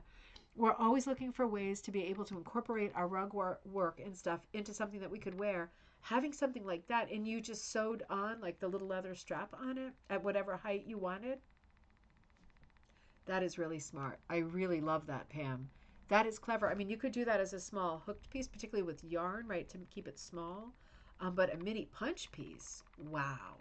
That is like wearing a piece of art. That really is something. Pam, this is so beautiful. You did a wonderful job. 2.5 inches by 3 inches. I think that is so clever. Absolutely beautiful. Okay, let me keep going. I'm taking a long time, aren't I? I'm so sorry. Um, Audrey Mason. Audrey says, this is my first punch needle project, and it sure is fun. This is fun. What a great project. I love this piece because it's so colorful. I've seen lots of pieces with sheep. This one is very different. I mean, there's something really artsy in this piece, isn't there? I love that the sheep is running. I love the floppy ears. I love the fact that it's done in this kind of rusty coral color as opposed to a sheep color. Just adds more interest. It's much warmer color. A few small accents on the feet and on the face, right? Just to give it definition. Where's the eyes? Where's the nose and the mouth? I see. And then in the foreground, very much in the folk art tradition, these oversized flowers, right? And it's almost like, oh, are the flowers almost as big as the sheep? No, it's perspective, isn't it? They're in the foreground, so they're much closer to us. Beautiful, simple composition of a sheep running on the horizon line. Almost half of the piece is the oversized flowers, right? I think that's very clever. I like that the colors in the center are all the same, different color flowers themselves, and I love how they're not matchy-match flowers. They're each quite different. I think that's really fun. I love the dark ground. I love the color substitutions here. The sheep is an unexpected color, not the white body, but the curls and the face and the legs. The ground is a darker color than I would expect.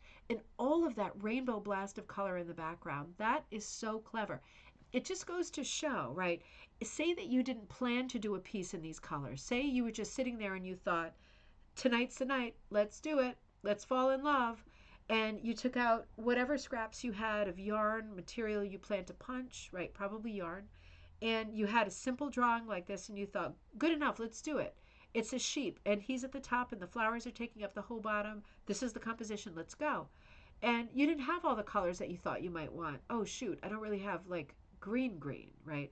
Oh, I don't really have like gray, like for the whatever, or like brownish gray. And what if you just sat down and did it? You might end up with a piece like this with wild color substitutions that actually give the piece its uniqueness, right? This sort of gallery quality to it. All of these interesting colors, the placement, the streaks in the sky of these rainbow pinks and greens, right? There is green, but it's in the sky. It's not in the grass, right? Unexpected. It's a really neat piece. The colors are super fun. My mom says, love the color and the whimsy. The sheep seems to be dancing through the flowers. He does. He seems like a happy little sheep. He's definitely a cartoony little sheep. He's a lot of fun. Simple motifs, but again, that drama of the dark bottom and then all of that light color, watercolor feel in the sky is so exciting to look at. Gail says, so cute. Maybe moonlit sheep. Maybe I think moonlit sheep with flowers. Yeah, it does look like an evening scene, doesn't it? The sky looks like it's rolling up the sidewalk right at the end of the day. And the dark grass is already in shadow. Samantha says, this just makes me smile. It is a super fun piece. And another great reminder with punch. I think this is traditional punch. What do you all think? Do you think this is traditional punch? It's hard to tell, isn't it? Punch. She just says my first punch needle project. Gosh, it's hard to tell. It might be mini punch. Sorry, just taking a sip. I'm just going to make it a hair bigger to see if we can get a clue. Let's see. Usually you can tell by the, you know, it's hard to tell. I mean, that looks like sock yarn to me. It could be mini punched with like an ultra punch or a pretty punch. Those will do the thicker. It could be. Look at the high twist to that yarn. That seems like a clue. It could be either. I'm just not sure. In any case, it is a punch. The scale is a little bit hard to tell. What a beautiful piece. Very well done, Audrey. It's very different. Really lovely. Betsy Simmons. Betsy Simmons punched this beautiful fracture eagle using wool yarn. So we know that this is a traditional piece. Betsy Simmons just finished the fracture eagle using wool yarn. This is my first medium-sized wool punch rug. I will hang it up with my others. It was really relaxing and satisfying, I bet. It is a great old emblem, right? It is quite a time in politics. Let's stay away from that.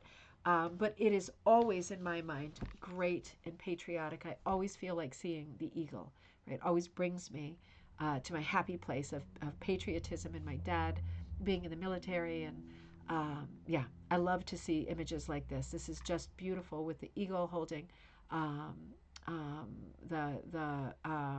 probably the arrows, right, in one sort of talon, and in the other side, are they maybe olive branches? Is it olive branches on the other side? Really sweet. I love the different colors in the bird itself. I love the crest across the body. I love the color choices here. The white is very lacy, right? It's very sweet and lacy. I love the gold, right? It almost looks like a piece of jewelry. And in the background, that brown, that warm rusty brown is really, really a great traditional color, right? These are great traditional colors right on the very rich background. That's a perfect way to say it, Samantha. Um, really has a feel for me of being, even though it's slightly primitive colors, the light green and that rusty color give it a little bit of romance, right? Those are kind of outdoor colors, right? It's not like the usual colors. It's a little bit offbeat. I love the laciness. I love the scallops outside the crest. And I just love the color choices. It has a bit of an earthy feel to it. It's very charming. It feels primitive, but not old. It's not like it doesn't remind me of like a dirty old chair seat. You know what I mean? It's got way more glow, way more energy than that. It is a beautiful piece. What a nice example, Betsy. That is absolutely lovely, and you did a wonderful job on that. It is a charming piece. Lorraine, I have to add this to the show. Because I put the show up quickly, I thought, boom, that's the one that's going in. It was I forgot that I had used Randy's piece for the ad, so I probably should have put that in. But I did not credit Lorraine with this, and I need to do that in the thumbnail. So Lorraine Arnold did this piece, and this is a classic. What we were saying about Randy's piece, what is punch needle best for? In most people's minds, again, generalization, a lot of people like to do geometrics. They like to do things at high speed, abstracts, right? Pieces that you can move fast with. You can get done very quickly with punch needle. It is a gorgeous piece. You all are saying it is a gorgeous piece. So this is kinds of looks like a quilt pattern, like a Dresden plate. You could do this. You could do this at home, right? Just draw. Maybe you might want to draw a grid on your backing. Just take out a dinner plate. You're just overlapping the dinner plate, all four sides every time until it forms a pattern. You got to make sure your lines are straight. That's the tricky part. But this is a pattern that anybody could make at home.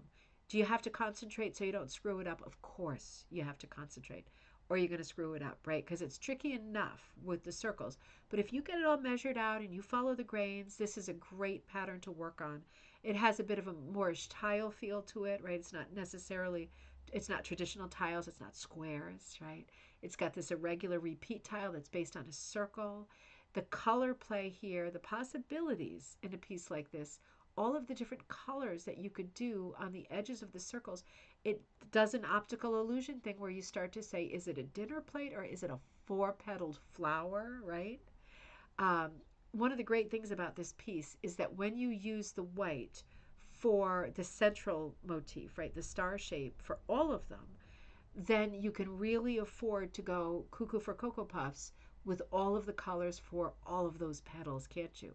Does it matter that, like, the one flower on the top right is all four of the dark plum or chocolate petals? No. That makes it more fun. Seeing some of them repeat and others not, it does emphasize that seesaw between, is it a circle or is it a flower, right?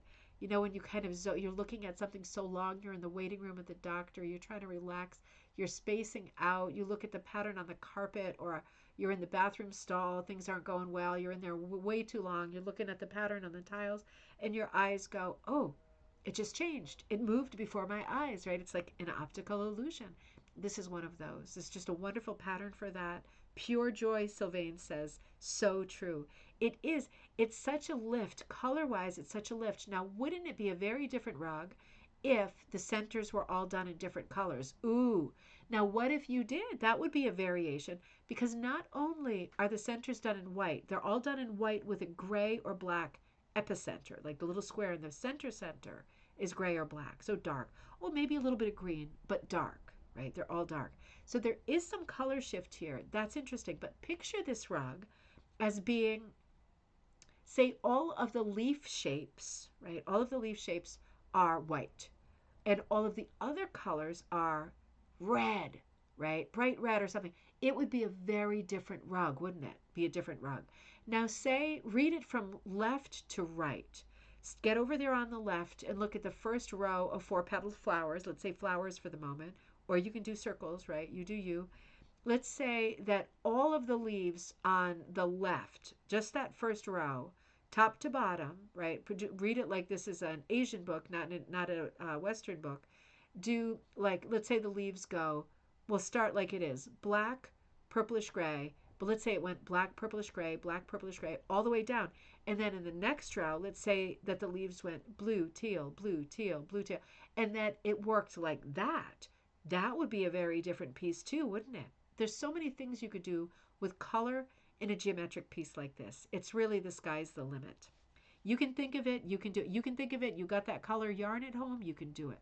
What a beautiful piece, Lorraine. It really is absolutely gorgeous. It's an inspiration because we can see how this design was made. Just laying the circle down and nudging the plate diagonally. You just have to draw your lines first. I think with a piece like this, you've either got to draw the grid or draw the diagonal. Don't do both. And nudge your plate as you go, right? Keep it measured, keep it on the grain, and you're going to end up with a beautiful line drawing that is going to be heavenly, pure joy, right, Sylvain? Pure joy to hook. What a beautiful piece. This piece is by Cindy Hall Miles. Another gorgeous piece. Now, wait a minute. I thought I had text for this. I'm sorry. I didn't realize I had text for Lorraine's piece. I am so sorry. Let me come back over here. Lorraine says, I made this scrap rug using punch with various yarns I had. It was a good way to use up my leftovers. Well, yeah, and then it becomes kind of a hit or miss, doesn't it? Isn't that funny? It does become a hit or miss. Yep, great use of whatever you've got left over. And Samantha called it. I missed that comment. Almost a hit or miss. Absolutely. Absolutely. It's a good thing to have that white, right? Because with white, it's not like it's a color. You can always get more white or whatever off-white for the background. Beautiful piece. So this piece is by Cindy Hall Miles, Myles. Now, Cindy says, latest punch needle piece. I think that this is mini punch, right? I think it's got to be because this piece is 12 inches by 8 inches. Now, for a mini punch piece, that is a fairly large piece, right? It's not enormous, but it's fairly large. That's why Cindy's able to get this level of detail, right? Beautiful shading, Kaz says. It is beautiful shading. We've got flowers. I think we've got veggies. Some of the leaves look almost like fictional, right? It's a very exciting piece to look at. Composition-wise, it's very exciting. It's like it's a God's eye view looking down at flowers. And it's like we're not necessarily looking at a bouquet, but we are seeing an interesting range of flowers. It is an interesting composition, right? You see things, the sort of peas in the pod going diagonally down on the right. You see the other flowers with that kind of arrow tip on them or the bud going west, just heading straight west. The position of things is unusual, right? It's a flower that is not set as a bouquet or as a central motif. It is the main motif, but the flowers are placed in such a way that the composition is very unique. And in the background, we're seeing on the bottom like blacks, dark browns, dark greens. And on the top, we're seeing more whites, medium grays, light grays, but we are not seeing a gradation like, oh, this is a shadow, it goes from dark to light. That's not what we're seeing. We're seeing sort of an echo fill in some places, and then almost a cubist fill in others. That dark gray just abruptly stops at the top of the leaf. There's a little bit of dark gray on the side, the left-hand side, right? And it does give you the feel of, ooh, are these are probably conscious choices because obviously Cindy's got some colors here. It could be that she ran out at a certain point or was worried about running out. It could be that she just said, you know what? I'm going to make this area dark for funsies, right? This is how I see it. This is not literal light. We are not looking at flowers under sunlight or under table light or lamps. This is going to be the way I want it to be. I want the background to be broken down in this particular way. Unusual. Samantha says the shading on the tulips in the top left is lovely. It is lovely. Yeah, maybe those are tulips. Yep, they're really dark in between the leaves, right, that dark green. And then the bud or the flower itself has that bright pop of accent, that very light value of the golden yellow. And resolving in a tip that's a little bit shaded. And it is how they would look, right? The fat part of the flower, right? The bulby part of the flower, that's where the light would hit the best, right? So you would get the biggest glare, a reflection on that part of it, and then it would get dark at the tip again. There's not a lot of surface area for the light to catch and to bounce off of. Really interesting. Some of the shading is a very graphic style. It has almost a sampler quality. When I look at the purple flower that's kind of in the middle on the bottom, not the one on the far left, it's scalloped almost like a clamshell repeat, you know what I mean? And it reminds me almost of a sampler. It's a very fun piece. There's a lot going on. It's very different, very fun. A large mini punch piece, really well done, and color-wise could not be any better. Look at all the colors of green there are here.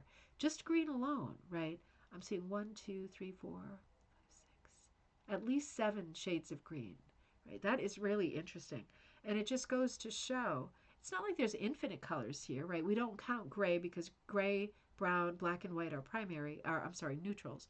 So we're talking about, I'm going to say as a placeholder, 7 greens. The maroon, there's 2 maroons, the dark and the light. The yellow, there's maybe 3 yellows, maybe 2.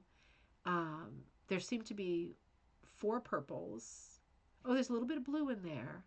and there's some pink, right? So there are quite a few colors. It's not unlimited, right? It's not unlimited. It's the use of the color and the placement of the color that gives this piece so much energy, right? And it gives it the impression of being so colorful. It is a large piece for the mini punch. And why not do a large piece on the mini punch? You can get this kind of detail. It's really interesting to look at. Cindy, this is a beautiful piece. Really well done. Now, I had to include tonight, I had to include in the show pieces by some of our buddies who are known punch needle mavericks, right, in our Rug Cooking and Punch Needle Club on Facebook. Hold on one second while I take another sip.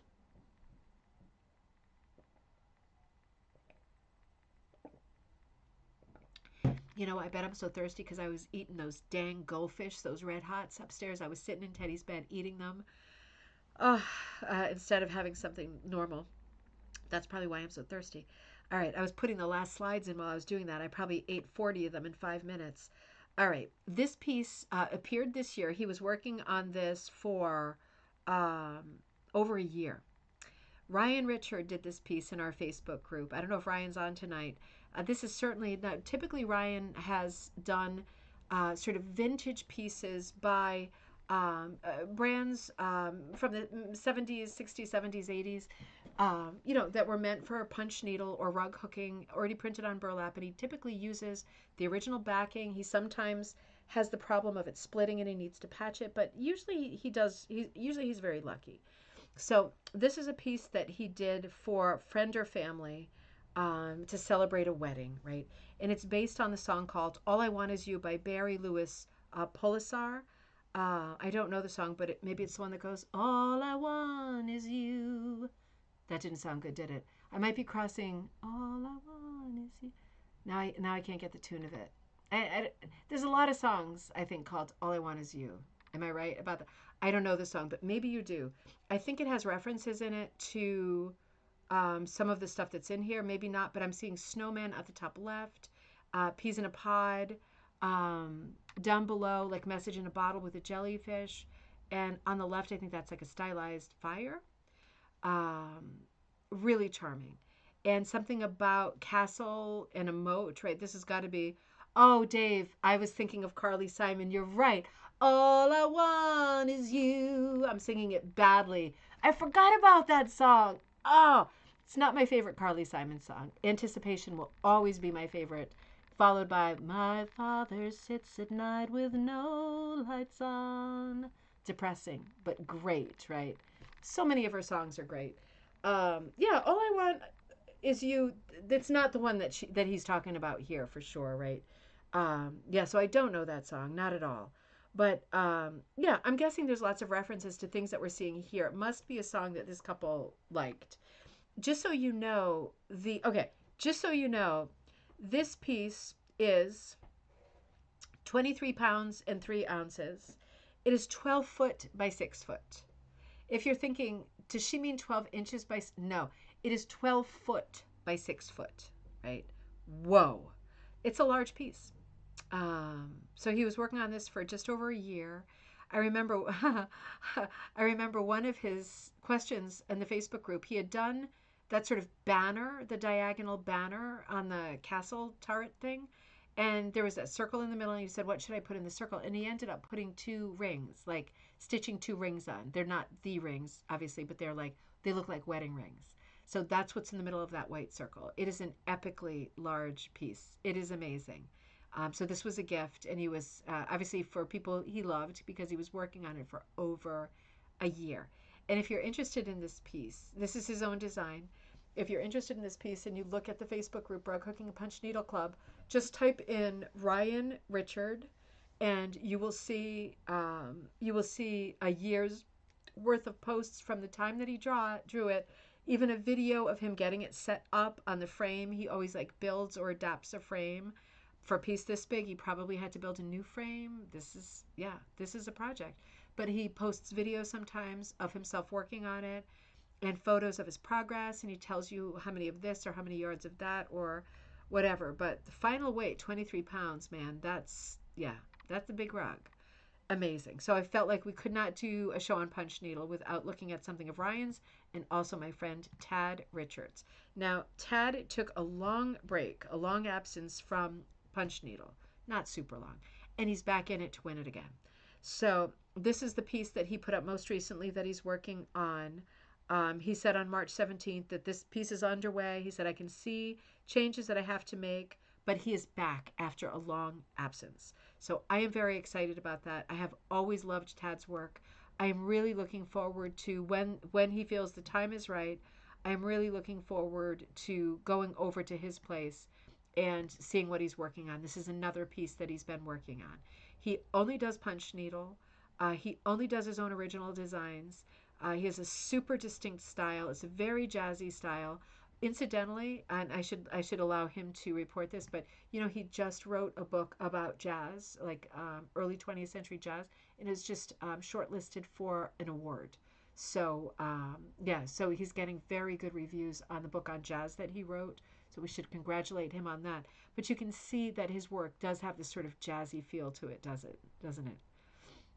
Love it. So I'm going to be visiting with Tad hopefully soon. And I want to record a video there so that we can look at his work and look at his previous work. Tad, I'm really looking forward to seeing you. I just saw a comment on this, so I wanted to come back. Judy says, so many amazing things here, but I love the tracery of her veil and the very slight color shift looking through the fabric. That's a good point. It is. It's very delicate, isn't it? That is a great point. There is a slight difference. That is a great detail. I missed that. Well done. I'm glad you pointed that out because that's a very fine detail. And Sharon says, I've been amazed watching this come together. Yep, me too. Been absolutely, it's a bonkers piece. And Samantha, I agree. They're very funky. You can see this is the correct side. He does traditional punch, so you can see on the other side where he's going with it. He's got these wild trees that are kind of have these reaching fingers, and she's got a bit of a mystical either frock or blanket over her with the moon and stars. It's going to be a funky piece for sure. I can't wait to see him evolve these two. Very pagan feel to them, isn't there? It really, he does incredible, really wonderful work that's very distinctive. So I can't wait to get over to see him. He's over in New York. He's only a couple, maybe 2 or 3 hours from me. I'm anxious to get over there and see how he's doing. Sharon, you sent in a beautiful piece as well. You said my first picture. Oh, so the other one, Sharon, I put in the other gallery night for our next gallery night. So this is your punch needle picture. You said, I just drew something to try, and I love how it came out. Well, this is so smart.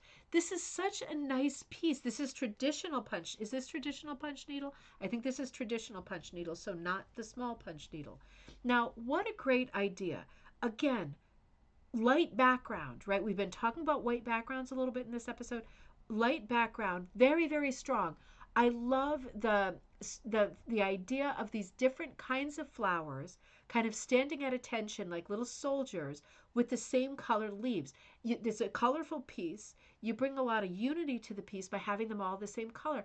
It has a very mid-century modern look, and I think it's because you have the flowers standing next to each other.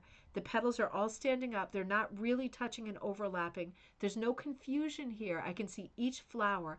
It's a gorgeous piece with a very MCM modern flair to it, right? The colors are simple, but they really work. The background gives full center stage to these flowers. They're interesting. They're different. There's a variety of shapes and colors.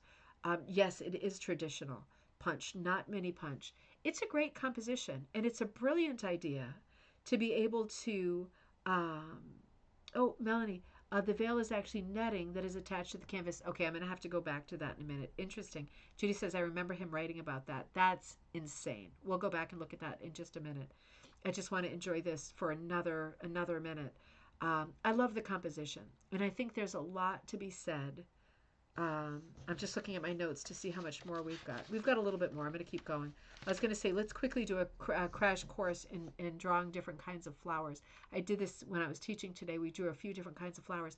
It's a great idea to have the confidence to just grab a Sharpie and Just draw some flowers of different kinds, imaginary ones, real ones, it doesn't matter, all standing next to each other. That is a full composition, as you can see. It's a beautiful piece, very sweet piece, Sharon. It came out so well. I absolutely love it. I love how simple it is. I love the colors. I just love the variety of flower. It's a beautiful piece. I'm going to come back here. You all remember better than I do all this. So it is actually a piece of veil. I'm just going to stretch this open for a minute. I got to see that. I got to see that. Yeah, he was busy with this for such a long time. But I have to say, easy for me to say, but it feels like it did go by fast. God, it's hard to tell. It's definitely hard to tell that he attached a piece of veil. I absolutely believe you. It's just hard to tell. Yeah, the detail in that is absolutely crazy. All right. But still more graphic than many pieces that we see, right? At the end of the day, still more graphic. Foreshadowing for tomorrow. So tomorrow, I want to remind you, we're not at the end of the show yet. I have a little bit more to do. Tomorrow, I will be with Rebecca White Martin of Storyteller Wool starting at 10:30. Wish us luck with technology, but we have done the split screen before, and we plan to do the split screen tomorrow. I'll be with her from about 10:30 to noon Eastern Standard Time. There is already a link for it on the Facebook page. You know, I don't know if I put a link up on YouTube. You should see it on YouTube, though, right? It is a future show, so you should absolutely see it on YouTube. When I logged on, I saw the show ready for tomorrow. So I'll be on with you tomorrow. I just want to give you a very quick sneak preview. I don't want to look at these in detail. Rebecca has been working on three-dimensional stuff, building these little rooms in these little lunch boxes for the sheepies. And then she's got the sheepies all dressed up, and the sheepies do fun stuff inside their little houses. Oh my God, right? Oh my God. And I said to her, I'm sorry, do you have a permit to do something this cute? Because I feel that you need a special permit. Um, yeah, no, she does not have a permit. She's just breaking the law left and right here with this cuteness. It's off the charts. But we'll talk to her tomorrow because this is her. It is, Judy, she does doll houses. Her and her daughter, that's a hobby that they share. So, yep. Um, the little drawings are printouts. I said to her, "How the hell did you hook that or punch that?" So, and she said, "It's a printout, dummy. It's impossible because these are small. These are small." She'll tell us all about it tomorrow, but she's been working on these. These are her pet project. I said, "Time to make those into a book, my love." You have to give her some pressure tomorrow on that. Carol, this is a beautiful piece, right? You said, "My first and only finished punch needle piece." While earning her teaching certification, Kaz, I remember this. I remember you taught the buddies. Did everybody go over to your place, Kaz? I forgot. I remember I saw the photos. While earning her teaching certification, Kaz taught me how to punch using an Oxford punch needle and assorted yarn bits. The coaster is 4 3/4 square. I love the process and finished my coaster.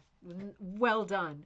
I remember you all got together and did that. That was super, super fun. I was jealous that day. I do have to come back and visit. I am feeling better about flying, so I think I will. I might come for the Fiber Festival again. I know it's miles away, but I just loved it so much. Cass says Robin and Faye. Oh, Faye. I thought that was a typo. I was like, do you mean Robin and Gail? No, Robin and Faye came with Carol. Okay, that makes sense. They were such good students. Oh, I bet. This is a beautiful piece, beautifully executed. I love the colors as well. This is a design by instructor Kim Scallon. So basic heart with polka dots in it. Beautiful, beautiful shape to the heart. Simple, easy, great to learn on. The color for me is what really makes this project, right? It is primary colors, but it doesn't seem like it, does it? It has that Keith Haring feel for me. The fact that the yellow is very mottled, right? Absolutely beautiful. It's a great piece to learn on. You finished it. It came out great. It does have that great 1980s kickback feel. So for me, it's a smile piece. Strawberry heart. Oh, it is like a strawberry heart. Oh, that's a great idea. That's a great name too, strawberry heart. Oh, it sounds like it should be the name of I don't know, a song or a poem or something like that. Maybe even a band. So beautiful, Carol. This is a great piece. And Kaz, great job teaching, right? You are a great teacher. Obviously, this is a great piece. The strawberry heart is very cute. It is super cute. I really love it. I love the name too, Kaz. That is fantastic. Now, Kaz, speaking of you, this was really interesting. I pulled these up on my phone today and I showed the people in the class because, believe it or not, coincidentally, one of the other classes that's happening at the church, right, where I've been teaching rug hooking, is neurographic art. And that's just what you've done here. So they've been doing neurographic art. So I felt like I had to pull up these images and show them during our rug hooking class because it was like the perfect crossover. So Kaz wrote, "Hi Deanna, I'm looking forward to International Punch Needle Weekend, including the Friday evening show. And here you are. You said I might join late, but there you are. You made it. Here are my most recent pieces. I wanted to try neurographic art after reading Sandy Fox's article in Magpie Times, June of 2024. Oh, very nice. These pieces are the result of the Zoom class Neurographic Punch Needle Art offered by the Oxford Rug Hooking School and taught by Christine Johnson.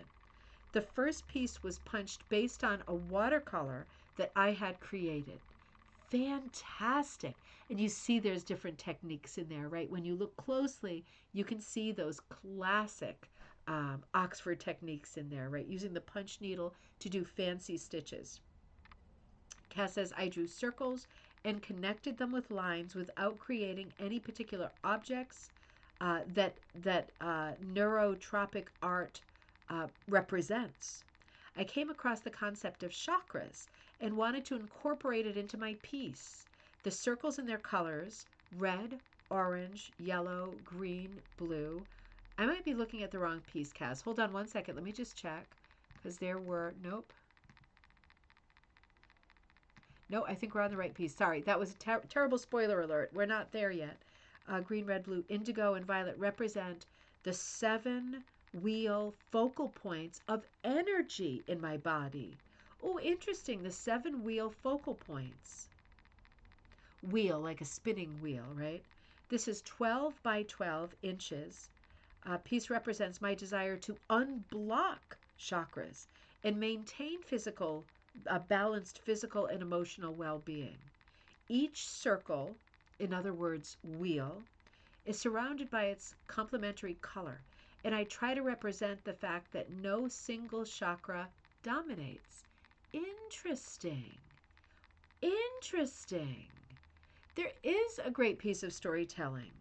I didn't really know what neurographic art is. Now I'm getting a much better feel for it. Cass says, Christine pointed out that I had too much space on the lower left side of my original watercolor. Okay, let's look at the watercolor.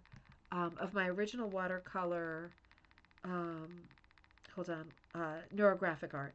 I added a contour line punched with different sized needles to create varying heights and then sculpted. Ooh, it reminded me of an island. Oh, it definitely does. With the north side surrounded by water and the south side surrounded by lava. Oh, see, there is it's an abstract piece, but there is a lot of storytelling here. This piece utilizes sculpting, reverse punching, and a variety of needle sizes and yarns. The gradation of the circles yarns is done with hand-dyed worsted weight yarns. The second piece, 4x4, was done without a pattern. Okay, I'm going to show you the next piece. I see what she means in the bottom corner, but I really like that. I think it's more than one piece of paper, and where the paper splits, my eye is reading as a horizon line. So it does have this, sorry, quick yawn, superimposed feel. It's a bit of a spacey feel, but I get what you mean about the island feel because it feels like a sunset and water, tropical water in the background. My mom says, I love neurographic design, so I love this piece, all parts of the journey of life. It was absolutely. And like I said, such great storytelling quality to it. When you really know what you're looking at, it's explained. The second piece is 4x4, done without a pattern on monk's cloth. I use the needles as if I were drawing with a pen. Oh, interesting. I chose the colors as I punched. Amazing. Seat of the pants, right? I look forward to seeing other people's work from Kaz. Well, this is so interesting. I love how you created the lines almost like telephone remember telephone wires, telephone cords? I love how you filled in, you connected the lines, and I love how you filled in different background colors in the different fields that the lines created. It's really an interesting piece. I love the colors. I love the colors on this one too because they're unusual, like that lemon yellow, the aubergine, and then the kind of pumpkin orange. And then in the background, you've got kind of purpley blues, light blues, an aqua kind of a blue, more of a green blue, really a straight up indigo. What a lot of fun. Something to think about, something to research, right? Neurographic art and how it might translate to rug hooking and rug punching. The island is my punched piece. The island is your. Okay, so this one is hooked. Yes, I see. This one is this one hooked? Um, nope, this one is punched. Nope, wait a minute. Let me check again. A second piece. I used to need. Nope, this is punched also. The island is my punched piece. They are punched. Good. Yep, I thought so. Seems like there is a big size difference between these two. Really fun. I love me some abstract art. And this neurographic art, it's interesting. I think I might take this class. It is interesting. It's got me thinking along the lines also of, do you remember when I did the Design Light class on um, Hilma af Klint? Not Klimt, Clint, right? Like different person, different country. She's Swedish. And how she designed a lot of her work while she was in a trance or coming out of a seance, right? Take it or leave it, right? You know, whatever, however you feel, that's how she felt. And that's how she designed when she was in a trance state. She did work that looks just like this, right? Very similar to this. Interesting. Interesting parallels there. All right. Let me come over. Kaz, thank you for sending those. Those were just lovely. Yeah, I think I'll give it a shot. That stimulated me more than I thought when I think about the way that it was described. I thought, nah, but that actually seems really interesting. Could be a lot of fun. Susie Young. This is another three-dimensional piece. I'm so happy that we got some three-dimensional pieces tonight. Just more variety, isn't it? More things for us to think about. Susie says, Deanna, I've enclosed two of my punch needle rug hooked fish. No pattern was used. They were hand drawn, so each one is different. They are backed with wool and filled with oh, and filled with Maine balsam. I cannot tell you how much I love Maine balsam. If there was a perfume that smelled just the same as Maine balsam, that is my favorite smell. I absolutely love it. But like they do have balsam perfume, but it doesn't have that powdery quality that like a stuffed bag of balsam has. I used to carry one with me when I traveled and was a tour guide, and I used to put it right next to my face when I slept. So no matter what bed, in what town, in what state, what country I was in, it always smelled the same when I was asleep, and it made a big difference to how well I slept. Kind of forgot about that. I'd like to do that again. Maine balsam. Beautiful, Susie. Hanging my hanging my used lobster rope found on the shores of Maine. Oh, that's a good find, right? Finding a little bit of lobster rope and hanging two of these original fish that are scented to boot. Thank you for considering them. Absolutely. There's no way I was going to not put them in the show. I absolutely love them. I just love the idea that they're so different and that there isn't a pattern. You just do it. And then backing them with wool and giving them a nice scent. This is just beautiful. So many people say, how can I keep moths away? Stuff like that. If you were interested in doing three-dimensional pieces like this and hanging them near your wool stash or your yarn stash, you could do fish or anything and put like cedar whatever inside of them, or even lavender sort of keeps. I don't think lavender keeps moths away as well as cedar, but at least it's something, right? SF Stark. Is Stephanie? Is that Stephanie? Last week's electrical boxes and wires also reminds me of the neuropathic designs. You're so right. You're so right. Remember that Wendy Simons electrical box with all of the cords, right? Downstairs, the old fuse boxes next to each other with this hornet's nest. It's like a viper's nest of cords. Do you remember that? That absolutely reminds me of that too. Now you say it. Pam says, I love those wonderful fish sachets. Absolutely. And just like using the buoys and using the found rope that was washed up on the beach, that's just fun, isn't it? Just a fun piece. This is a multimedia piece that are punched, two punched fish. Come on, is that the name of a rock band? It's got to be, right? Susie, those were beautiful. Whitney sent this piece in. Um, Another stunner. Let me find my place. Whitney says, "This is my first ever punch needle pillow. I'd never done anything like this before." And you wrote, "as is probably obvious." Well, no, Whitney, that is not obvious at all. I mean, this to me looks like a very professionally done piece. This does not look like a first timer's piece. This is not a ham and egger piece. This is fantastic. Ah, I shouldn't have even read that part out loud. This looks fantastic. I used my stash of yarns of different thicknesses I had laying around and super enjoyed mixing and matching. Having no experience in downloading and tracing a pattern or understanding backings, etc., my pillow is a bit lopsided, but it's squishy and yummy, and it was a ton of fun to make. I love keeping my first projects to look back on and to see where it takes me. This one has taken me into a new direction of hooking, where I've already begun to feel welcome. Cheers, Whitney. Whitney, this is such a gorgeous piece. It looks like a pillow, right? If the shape isn't perfect, hey, it looks like a pillow. It looks perfect to me. I think it looks absolutely gorgeous. I just love this design.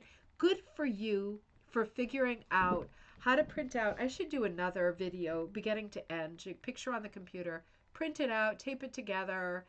I use fiber tape. Other people use different things. Trace it. I should do that video. Maybe I'll do that tomorrow afternoon.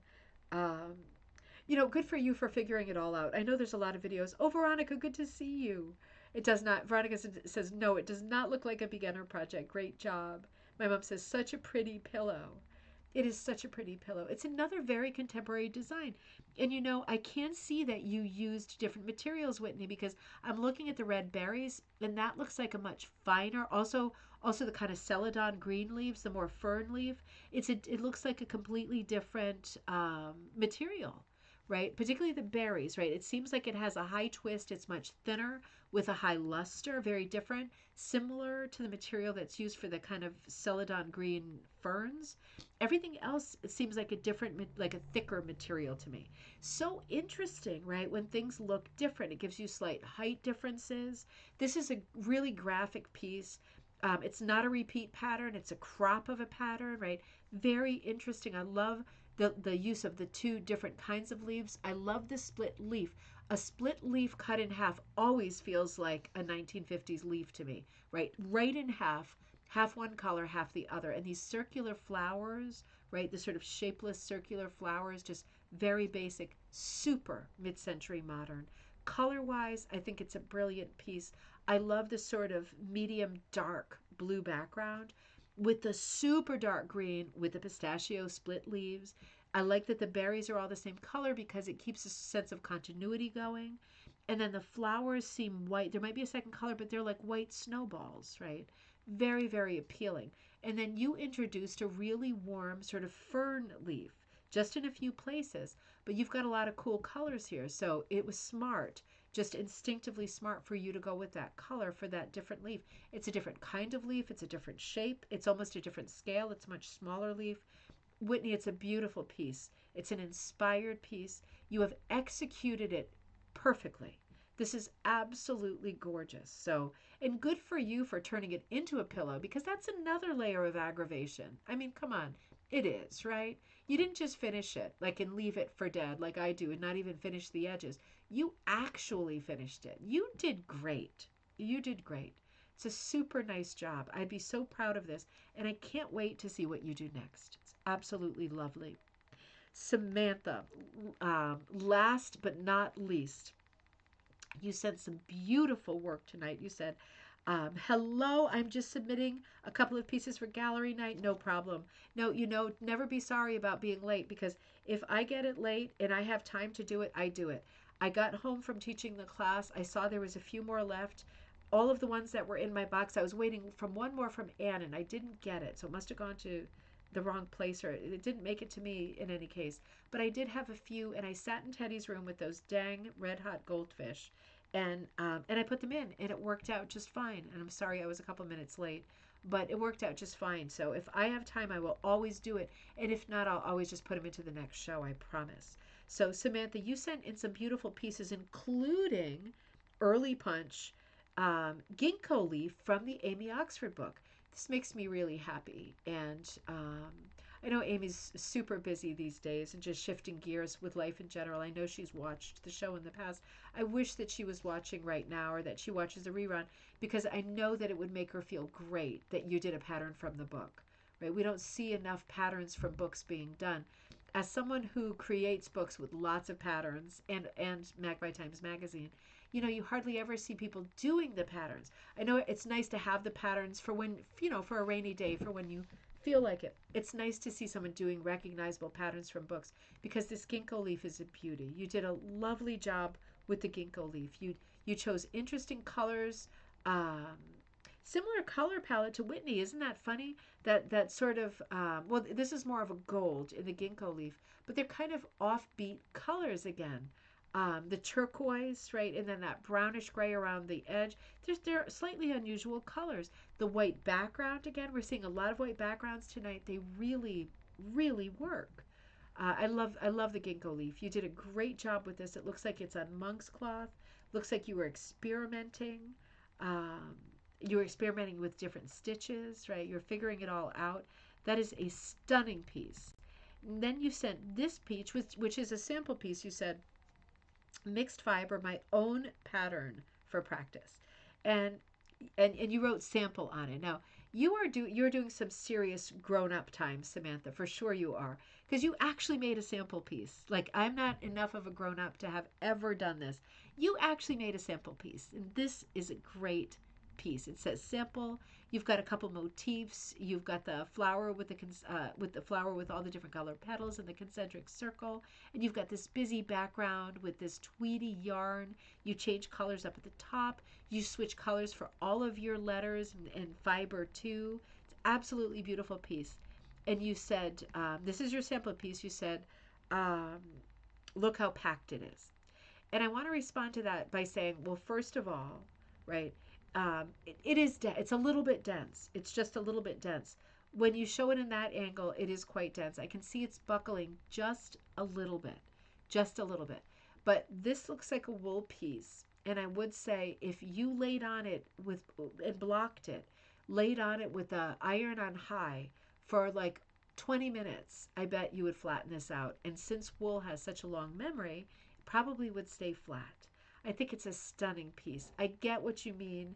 It is more densely hooked, more densely punched than is ideal, but does it take away from the beauty of the piece? It doesn't take away from the beauty of the piece. Has she blocked it on the back? Samantha, have you blocked it at all? Have you blocked it on the back? Um, you could block it on the back or the front, because this does look like all wool. But I think you could get, oh, too much polyester. Okay. So it does have synthetic content. It's absolutely beautiful. You know what you could do? And because it is like, it's a great piece, it's an early piece, it marks the beginning of your journey, right? You know what you could do is stretch it over a frame like the ones I was holding. I don't mean a frame, I mean these picture things, right? Like the canvases. Oh, I can't grab it. But a canvas, like a canvas from the craft store.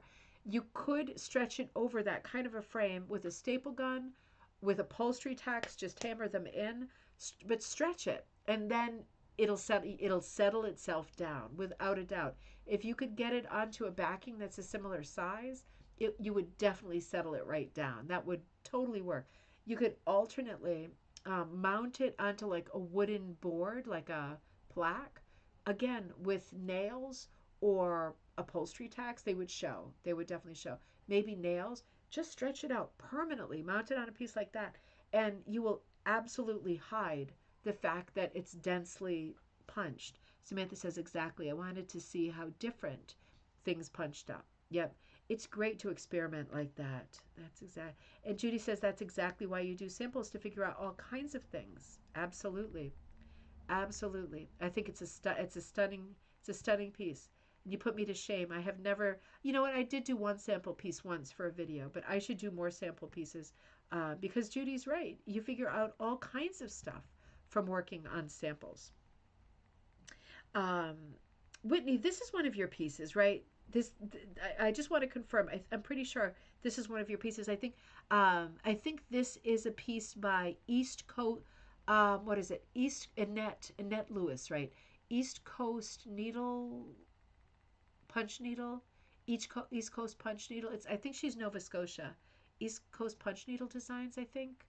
I think this is one of Annette's pieces. Absolutely beautiful. And this is what I would call contrapunch because the side that we're looking at is the working side, which traditionally would be the wrong side. It would be the back. But a lot of people like the way that the working side looks. And if that is the case, you go for it, right? And you can do a combination, and maybe you have here. No, I don't think so.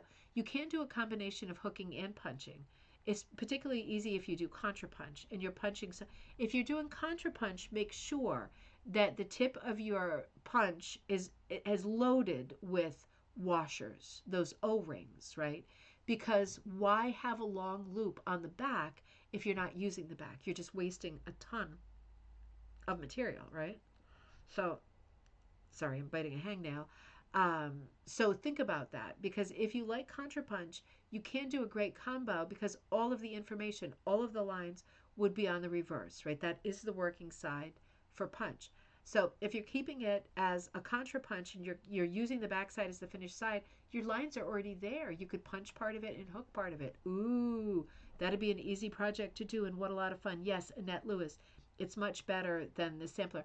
You know, it's different. It's a different piece. It's a great design. It's lively colors. I love Annette's work. It is a beautiful piece, very well done. You have a cute close-up of the bird. Gotta love, wait a minute, there he is. Gotta love the bird. It's a gorgeous piece, and she does some beautiful work.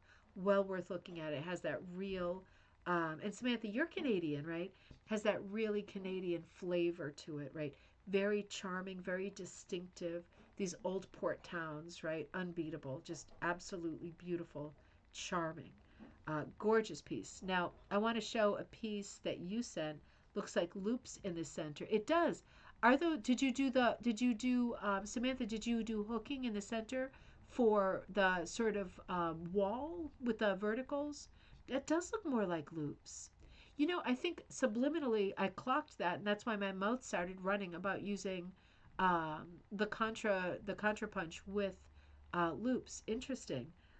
Sylvain Musco. But thanks everyone for we are running over for all of the colors and the beauty you bring to this world. That is so sweet and poetic. Thank you so much. My mom says, I love the seagull in the village. So colorful.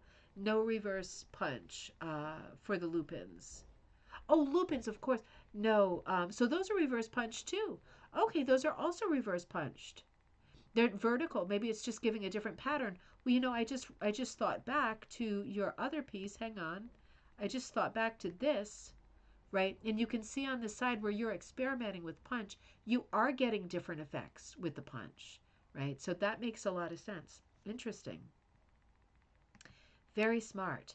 Now I want to show the piece. I want to show Helena's piece. So this piece here you wrote, and I thought this was beautiful. Hold on one second. Um, this is a piece. This is a piece that my sister Helena Everett, who lives in England, made and gifted. She gifted it to me at a time when I was starting a new chapter in my life, a new sunrise. Oh, that is so nice. Her own design. Let's hear it for new sunrises, right? This is a beautiful piece. So this is your sister Helena's piece. I love that name as well. It's absolutely stunning. This is a great, um, it has a new age feel to it, right? It's got that kind of energy happening. There's a lot, it's very pattern driven, but it's simple in its lines. It's just a gorgeous piece. It is very well done. I love the black frame around it too. It's just enough extra, right? It seems very symbolic, and I think it is for you. Very symbolic. It's just a beautiful piece. Sandra says, wonderful evening. Loved punch needle night. I think I have one. Do I have one more? Oh, wait a minute. I might have a few more. Helena's piece is absolutely beautiful. I want to show, there's one more piece that I'm going to show. It's a piece that Samantha is working on. Samantha, you are working on Be Seen. The Be Seen, SCENE, is a rose, right? The Be Seen is a rose. So this is a ribbon candy hooking design that is hopefully going to go into the ribbon candy hooking book, upcoming book, The Rose's Tale. And this will be Seen. You started punching, and I'm very happy that we have a punched piece in there because I don't know how many pieces we have that are punched in there. I really appreciate you, Samantha, doing this and making it a punched piece. So this is the working side so far. That's where the info is. This is the way it's coming up, and we have lots more to see. But this is a glimpse at the working side and what this design will look like. It's a design of a beehive on kind of a cake platter, and the bees are having little dramas. Like there's some drama happening. One of them is carrying a flower. Another one seems to be having a fight. But you get, and the other's taking off with her purse, and you get kind of a glimpse at the interior of the beehive. And there's a little bit of furniture in there. You do it however you want. It's a beautiful piece. You sent a nice close up too of the punching. This rose called the bee scene is a beautiful rose. Mom, do you have the bee scene? Is that one that you've been painting too? Love the bees and the roses. This book is going to be fab.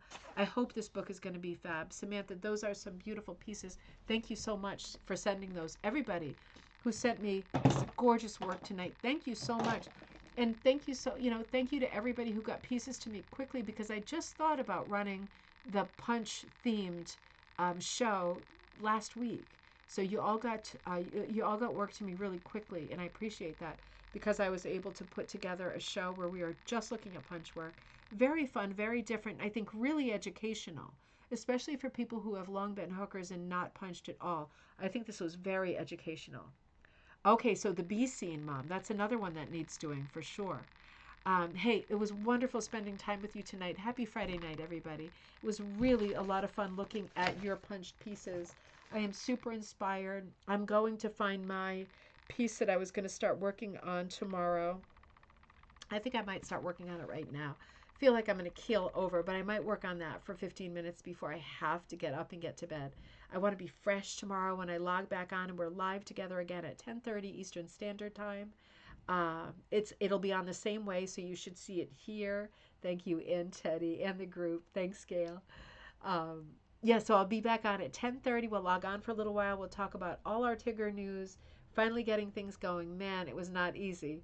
But I will see you all in the morning. Have a great sleep in the meantime. Thank you to you all, too, for sticking in there with me and looking at all this lovely work. Very impressive submissions. You're right, Dave. Very impressive. Alrighty. Hey, I will see you all. See you in the morning. See you in the evening. See you in the summertime. I will see you in the morning, in this case. 10:30 Eastern Standard Time back here for International Punch Needle Day. Grab your project and come back. Join Rebecca and I tomorrow morning. And I will have a cup of coffee.